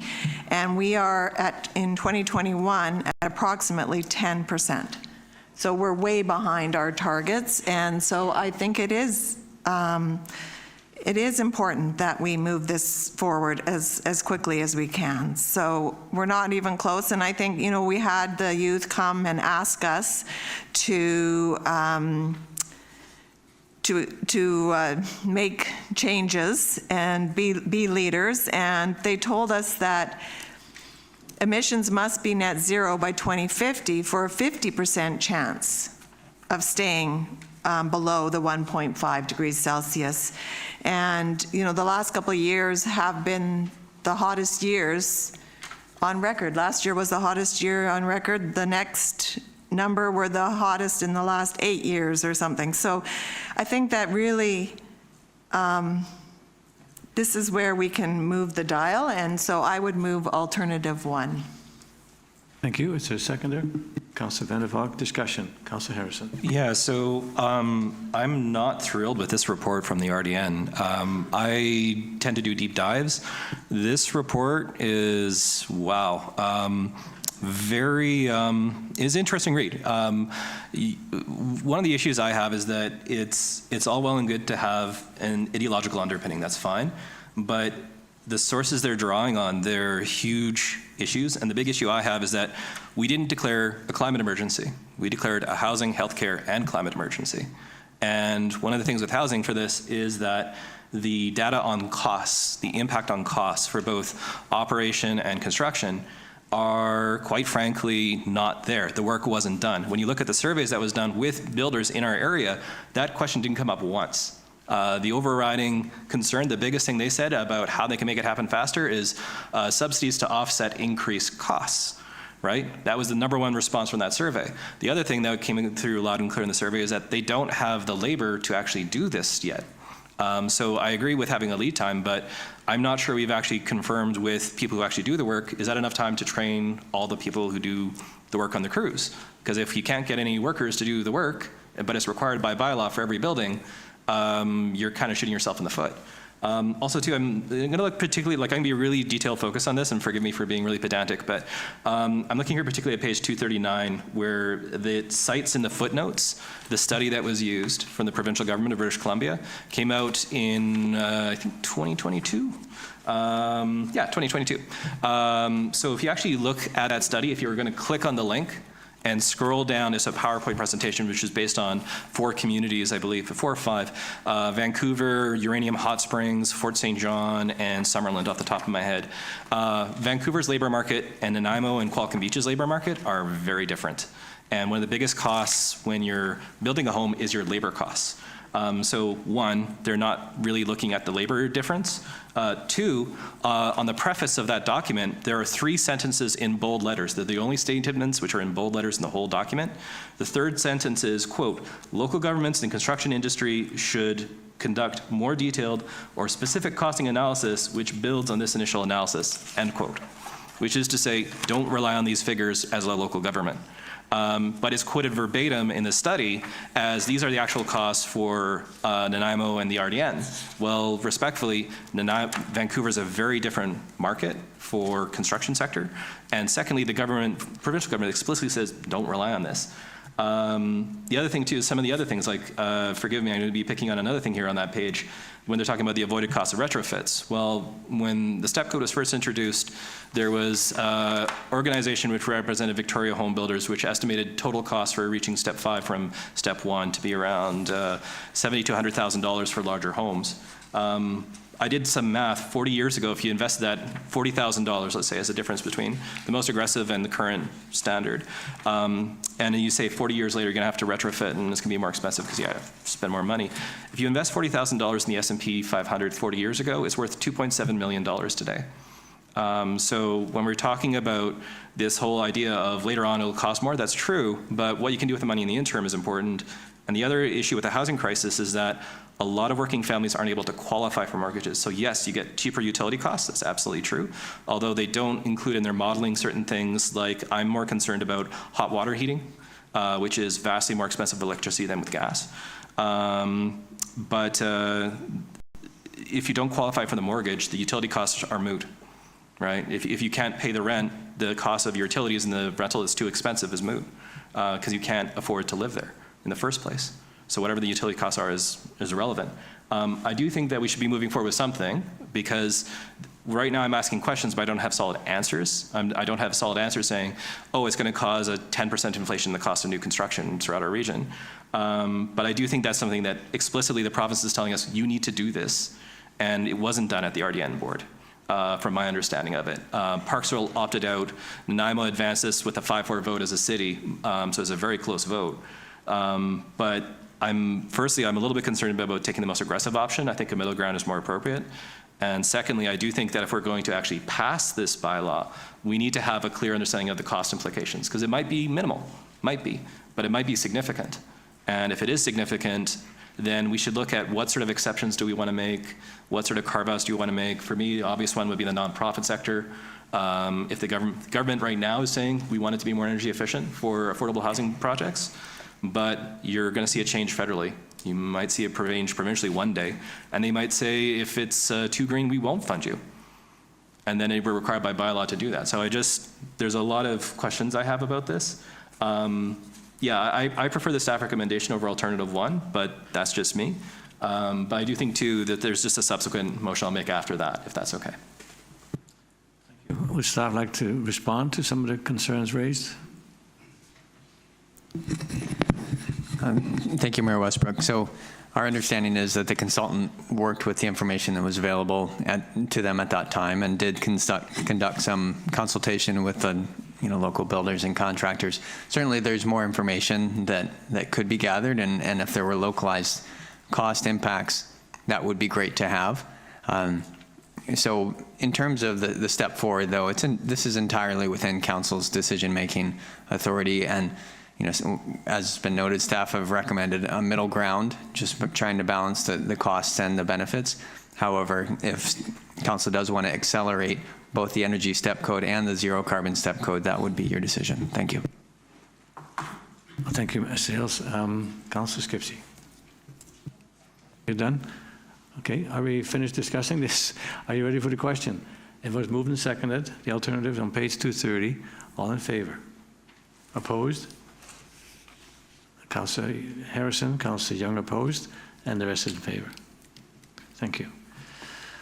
Sorry, just... you had some other ideas. Yeah. Okay. And I'll send Ms. Fenton a written copy of this, so don't worry about typing it all. But just that, would it be more appropriate, just firstly through the chair to Mr. Sales, would it be more appropriate for the town to look at this, or would it be more appropriate for the regional district in Nanaimo to do the look at this, because they're doing it on a regional level and the town's at this point opting in? Thank you. Through the chair to Councillor Harrison. I think a regional assessment of the cost at a localized level would be most appropriate. So if council wants to look into it further, that would be a request for staff to request that from the regional district as a possible follow-up to their climate mitigation work. I agree. I think actually the regional, asking the RDN to double check that would be really useful. And so just a motion that Council requests to the staff at the Regional District of Nanaimo to provide a detailed analysis of increased costs for construction and final selling price, because construction doesn't include labor, if we pursue the zero carbon step code and other step code related improvements. And I'm sorry, Ms. Fenton, I'll try to get that in writing for you just so you don't have to type it all. But basically the idea is, please tell us how much this is going to increase the cost of housing moving forward. Okay, so that's a notice of motion, and we'll get the language right. And because this is only giving staff direction to prepare a bylaw, there will be several readings, and so we'll get the information in time before we complete that process. Yeah, and just through the chair to Mr. Sales, is this something that the RDN is looking at currently? Because it sounds like they're sort of moving on from this. And I'm sorry, a study which doesn't cite peer-reviewed research, but uses the Rocky Mountain Institute. For those of you who don't know who RMI is, it's a $120 billion advocacy group. And all well and good for them to advocate for climate change solutions and everything, that's great. But if you got a Koch brothers funded American Enterprise Institute study, I'd be arching my eyebrows as well. So, yeah, I'm really concerned about this. So is this something that, how long would it take for them to do this? And is something they're currently contemplating? Thank you, Mayor Westbrook. Through the chair to Councillor Harrison. The regional approach, the RDN has advanced steps towards a regional strategy for greenhouse gas reduction. So they didn't take the step that council has in terms of actually advancing the bylaws. They've asked staff to prepare a regional strategy. And so I think that the request that I'm hearing from council would be a good complementary information for the regional district board to consider in their decision-making process. So I think it would be useful. I don't know that it would necessarily be in time for the bylaws that council will be considering in terms of advancing the step code and zero carbon step code, because, you know, A, the availability of contract consultants to do the work, and B, the regional district, if they are undertaking the study, they will do that according to their timeline. So just with that footnote that staff would likely be preparing these bylaws likely without the benefit of that information. So just for clarity, to reiterate then, we'd be advancing this with no understanding of the actual impacts on Vancouver Island costs. Is that correct?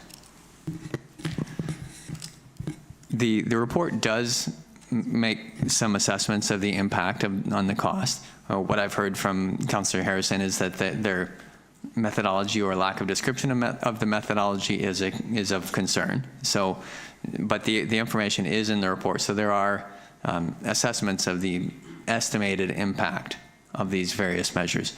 What I would note is that the motion put forward by council doesn't take effect immediately. So if this information were to come forward and the number is dramatically different than what's being considered today in your council report, council could very well stop that process and kind of abort that requirement before it actually comes into effect. Because if you look at the timelines on the alternative that council advanced, the closest timeline is 2025, and then the more significant timeline is 2027. So there's still room to pivot if that information is received and council is not satisfied with the implications of that information. Thank you. Okay. And just to reiterate, the source of all those numbers in the report was from the City of Vancouver. There were no sources from the Vancouver Island whatsoever, not even the City of Victoria. And the other thing, too, I just want to highlight is that under the Local Government Act, a motion can only be reconsidered, you can only reconsider a council decision within a short time frame if you're not the mayor. The mayor can reconsider at any time. That's the unique mayor power that he has. But for councillors, if some councillor said, whoa, I didn't realize it'd be this big of an impact. And I can't remember if it was Sycamus or Sydney, they were looking at increasing the step code to step 4. And they got some feedback that it was gonna be a 20 to 25% increase in final construction costs. And then they sort of, oh my gosh, they backed off.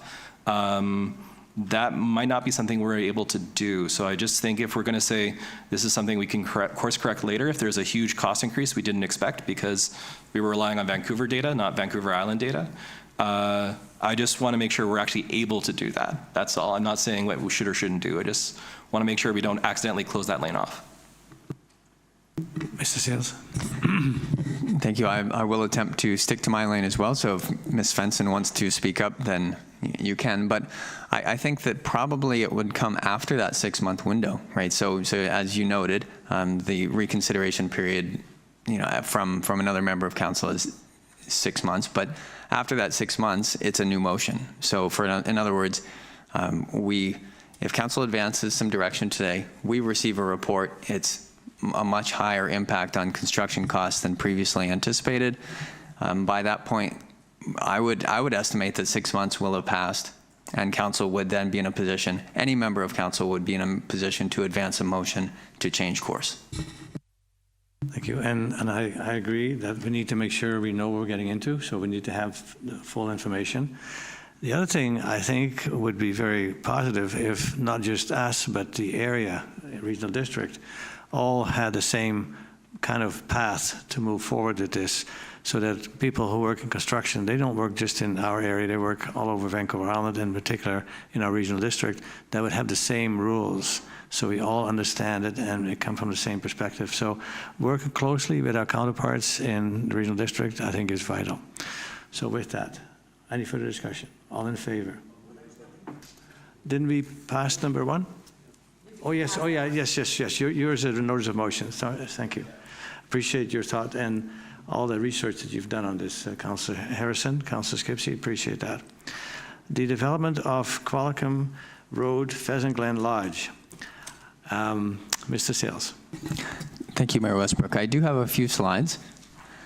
So this was previously considered by council. I believe it was the October 11th council meeting from last year. Next slide. And at that time, council directed that the decision on the development permit issuance be deferred until their proposal more complies with the development permit area C12 guidelines, and specifically that revisions should be made to create a more welcoming and comfortable entrances for the lodge and clubhouse. So I'll focus on that specific aspect in the proposal. Next slide. This is the overall site plan, which is largely the same from the last time council saw it. So the rectangular structure in the bottom right, or sorry, the bottom center of the proposal, that's the clubhouse structure. And then on the right-hand side, that would be the hotel, or we're referring to it as the lodge. Next slide. I would like to directly compare the perspective rendering from previously when you saw it on October 11th versus what's being proposed today. So this is the previous proposal. Council will remember there was discussion about perhaps an opportunity to reduce that wall, the firewall, which projects vertically, sort of separating the clubhouse from the lodge structure and trying to create a more welcoming interface. So next slide. Contrast that with their new proposal, which very much enhances the entrance feature of this, and also through some creative spatial arrangements, takes away that large firewall there. I'd also note that the lodge structure itself is moving towards more of a sloped roof arrangement with some articulation that, in my opinion, is very appealing. And so, next slide. The recommendation is that the development permit be issued as attached to this council report. The improvements that were being made to the aesthetics, I think, entirely achieved the direction that council gave at that time. Thank you. Thank you. I want to commend you and the folks from Pheasant Glen for what a remarkable improvement this is. I know at the time there was some concern that we were holding things up, but I think this is worth it. So well done to everybody involved. I would totally support it, so I'll ask for a motion to deal with staff recommendation. Councillor Harrison. Discussion. Councillor Harrison. I would agree with the mayor that it is an improvement, quite noticeably, and it looks great. So thanks to all the hard work. There's a lot of money that goes into just that. So thanks for that, and hopefully the province listens to the long-term future of resort communities, because it'd be a shame to see all this work essentially wither on the vine. Thank you. Further discussion? Councillor Vander. Thank you. I agree that the design is very much improved. I do have a couple of questions, and I'm not sure if they're going to be too specific for what we're discussing, but I'll go ahead and ask. On the lower level, there are tables and chairs set out, but I see no indication of a coffee shop or pub or restaurant space there. I'm wondering what that space is meant to do. And maybe I'll just go through all of these questions, and then would that be more efficient, or shall I go one at a time? We'll do one at a time. Okay. Go ahead. Thank you. That's very helpful. So we are reviewing a form and character development permit application, and there are some elements of the internal building design that they're still working out. So I think that would be to be determined. So for example, the last time council saw the floor plans, all the golf carts were being stored inside the building directly on the lower floor of the clubhouse building. That may or may not be the best use of that valuable floor space in the long term. So my understanding is that the application, the internal floor plan, is a work in progress, and so that's why you don't see plans here before you today. It's a form and character development application that focuses primarily on the external aspects of the building. Thank you. Thank you. So the next 4 questions that I had all relate to the interior, so I won't ask them until another time. I did just want to make sure, in terms of the short-term rental presentation that we had, my understanding is that this is going to be, in fact, a hotel. It's not short-term rentals, And I just wanted to confirm that it's going to be held by the owner and/or his manager and not held as individual suites. Thank you. Through the chair to Councillor Vander. So there is a requirement in the covenant and the zoning that the 40 units be retained by the ownership or retained as a block. So the intention there is so that they can be managed as a hotel or lodge. Coincidentally, I thought it was interesting that the presentation earlier noted almost exactly the same shortage in accommodation units. So that's a, I don't. So, and that's a side note. So I think very clearly the demand is there, and the ownership will retain them as a block and presumably see the value in operating them as a hotel, which would allow them to be exempt from the provincial regulation. Thank you. Any further comments? Councillor Skipsey. Thank you. And I second your and other comments about this being a vast improvement. I think it looks like an amazing facility now, and to get away from that big firewall is a huge improvement. There was a comment about permeable surfaces, and there wasn't sure in the staff report the extent to which permeable surfaces will be used. And my concern comes from any impact on Beach Creek. So I just wondered if there's anything that we can be doing, or if there's anything that needs to be in here to ensure that Beach Creek is not negatively impacted by any of this. Mr. Sales? Thank you. So the proposal does incorporate landscaping with the intention of, absorbing stormwater. In this area, groundwater recharge is beneficial to the creek, so whenever we can facilitate groundwater recharge, we would be doing so. The actual location of this parcel is somewhat removed from the actual, Beach Creek area. So once again, the general strategy, which is supported by planning and engineering, is to absorb as much into the ground as possible, which would then feed the headwaters of Beach Creek. So I don't think anything is directly required at this time in terms of preservation of Beach Creek, but we will continue dialogue with the applicant. Thank you. Councillor Harrison? And just one thing for Councillor Vander Valk's point. My understanding is that although it's technically a hotel, it's more that there'll be no one who owns it for, say, 3 months of the year and then puts it out on Airbnb. I think they might be doing Airbnb, but a maximum duration of stay might be in place, more or less, to make sure that it's only essentially tourist accommodation. I'm not sure if it's going to be like fully staffed and everything else as a hotel. So, okay, I'm seeing a nod from the gentleman who's involved with the project. So that's what we were hoping for. There is a slight change in the main building. That is 2 more units that are not part of the hotel, so to speak. What are they going to be like? Thank you, Mayor Westbrook. So that information is also not available. What I would just point out is that the zoning establishes a minimum number of units to be in the hotel lodge structure. So that if they choose to exceed that number and put in 42, or could be more, as long as it's not a form and character change, that would be acceptable in the zoning. Also, the covenant. Just keep in mind that the total number of dwelling units for the entire thing is capped. So if they choose to build more in the lodge, then they have less potential elsewhere on the site later on. So whether it's 40 or 42 remains to be seen. I think they're still playing with some of the internal floor plans, but it has no net impact on the overall number of units on the entire Pheasant Glen development. Thank you. No, I wasn't concerned about the total number of units, but I thought with the location, the view would be spectacular. So I would say if they want to build more condominiums on top, that would take the place of cottages or villas. I think that would be a very attractive location to have that. Anyway, we've moved and seconded. Councillor Vander Valk? I just have a question about the suites. It looks like in the total of 42, they are counting, there's suites that have lock-offs, and the lock-offs are being counted as a separate suite. So is that correct? And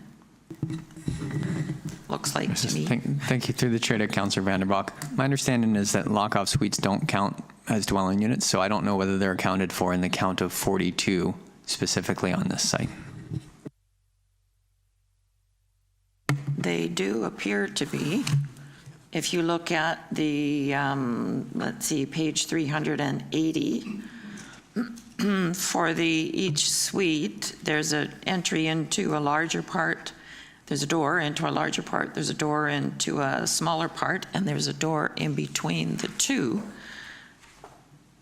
So unless my addition is incorrect, which it might be because I had the wrong year earlier at this meeting, but it seems to me that the lock-off suites have been included. Thank you. I'll take that as a good note that we need to double check the compliance with the zoning. After this, if council does advance it, regardless, there needs to be a zoning review prior to any issuance of a building permit. So you flagged that as a potential area of concern. So we will look very carefully at whether those are counted in the unit count to make sure that they're constructing the 40 units that they're required to by the zoning and the covenant. So thank you. Thank you. Any further discussion? All in favor? Opposed, if any? Carried unanimously. And my congrats to the people involved in designing and getting this on our agenda today. There's a tree removal appeal. Mr. Sales? Yes, thank you, Mayor Westbroek. Council has received one previous appeal to the tree permit system, which is a result of the bylaw that council adopted last year. The last tree permit appeal was because a property owner wanted to have a tree approval where it had previously been denied by staff. This is a slightly different variation of that appeal where staff have required a security deposit to ensure that the trees are replaced on the site in accordance with the bylaw, and that the rate for the individual securities is also set by bylaw. So the appeal is not as to whether a tree can be removed, it's to appeal the amount of the security. So next slide. Okay, so just a few shots of the trees that are proposed for removal. They are approved in terms of the actual removal on the basis of an arborist report. So once again, it's not whether these trees can be removed, but that the property owner does not feel that the required security deposit, next slide, is appropriate. So the recommendation is that the security deposit be reduced from $2,800 to $1,400, which would reflect the $2,800 is $700 per replacement tree. So we're recommending that be cut in half. And it is somewhat subjective. Like certainly the replacement values for each of these individual trees was set on the basis of the actual estimated cost of planting and maintaining the trees. So the original value of $700 per tree, it wasn't invented without solid information. Like that is a good number. However, staff feel that even $1,400 is enough of a financial incentive to actually ensure that a property owner is going to see these trees live, for the 2-year security deposit period. So we think it will achieve the same goal with a lesser impact on the property owner. And I would note that at the time that the bylaw is reviewed, security deposits will be an ongoing issue because they can add up to quite a lot depending on the number of trees that a property owner needs to remove. So that is the recommendation. Pleased to discuss it at this time. Thank you. Thank you. So you touched on a good point about when we have a committee of the whole meeting dealing with the tree bylaw. This could be one of the areas for suggestions to change. I'd actually do a different motion altogether. I'd move that the security deposit is waived for this property and all subsequent applications pending a legal review, and there's a reason why. So just making that as a motion. If someone just wants to second it, we can discuss it. If it fails, but there's a reason why. I'll second it. Go ahead. Okay, so we are not currently paying interest, which means the citizens get less money back when we give them back the money, which could be interpreted as a fee. Now, under the local government, I think it's the Local Government Act, we're required for all fees to have a report on how those fees are being spent. So either we start paying interest on those deposits for every single person, which is going to be, quite frankly, a nightmare in terms of the amount of time, because what is the interest 5 months into the year? right? It's a headache and a half. Or we have a report detailing how it's being spent, because we currently don't have that. It's currently in violation of that. So I think it's pretty weak legal standing for the waiver to be charged in the first place. And the second thing is, I'm not aware of a barrage of dead trees that weren't being watered and people intentionally killing them in their town right now. So I'd suggest we just waive this for now. This is something I highlighted when we initially did this, that this will prove a problem for a lot of seniors on fixed incomes. And then if we do have something where we get the legal opinion that we're fine, but I'd rather we not get into trouble with the whole bylaw because of this one provision of it. Mr. Sales or Ms. Swen, would like to respond to that? May I make a suggestion that we just defer this to allow staff to look into this matter rather than making a resolution that would affect all future things? I think that's wise advice. So I would motion to defer. Seconded. Discussion on the deferral. And I think it's also, too, we might even have to do that in camera because it might involve a legal. But it's deferred to a future council meeting. All in favor? Opposed, if any, carried. Thank you. Appreciate that word of caution and also advice from our Deputy CEO. Engineering and Operations. We've been waiting with bated breath for Oliver to make his response. Thank you, Mayor Westbroek. So this report is a recommendation that Council authorized the contract to Tetra Tech for the pavement design of runway 2911 and adjacent taxiways.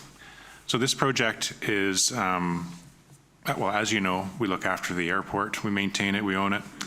The pavement is 40 years old. It's it's approaching the end of its life.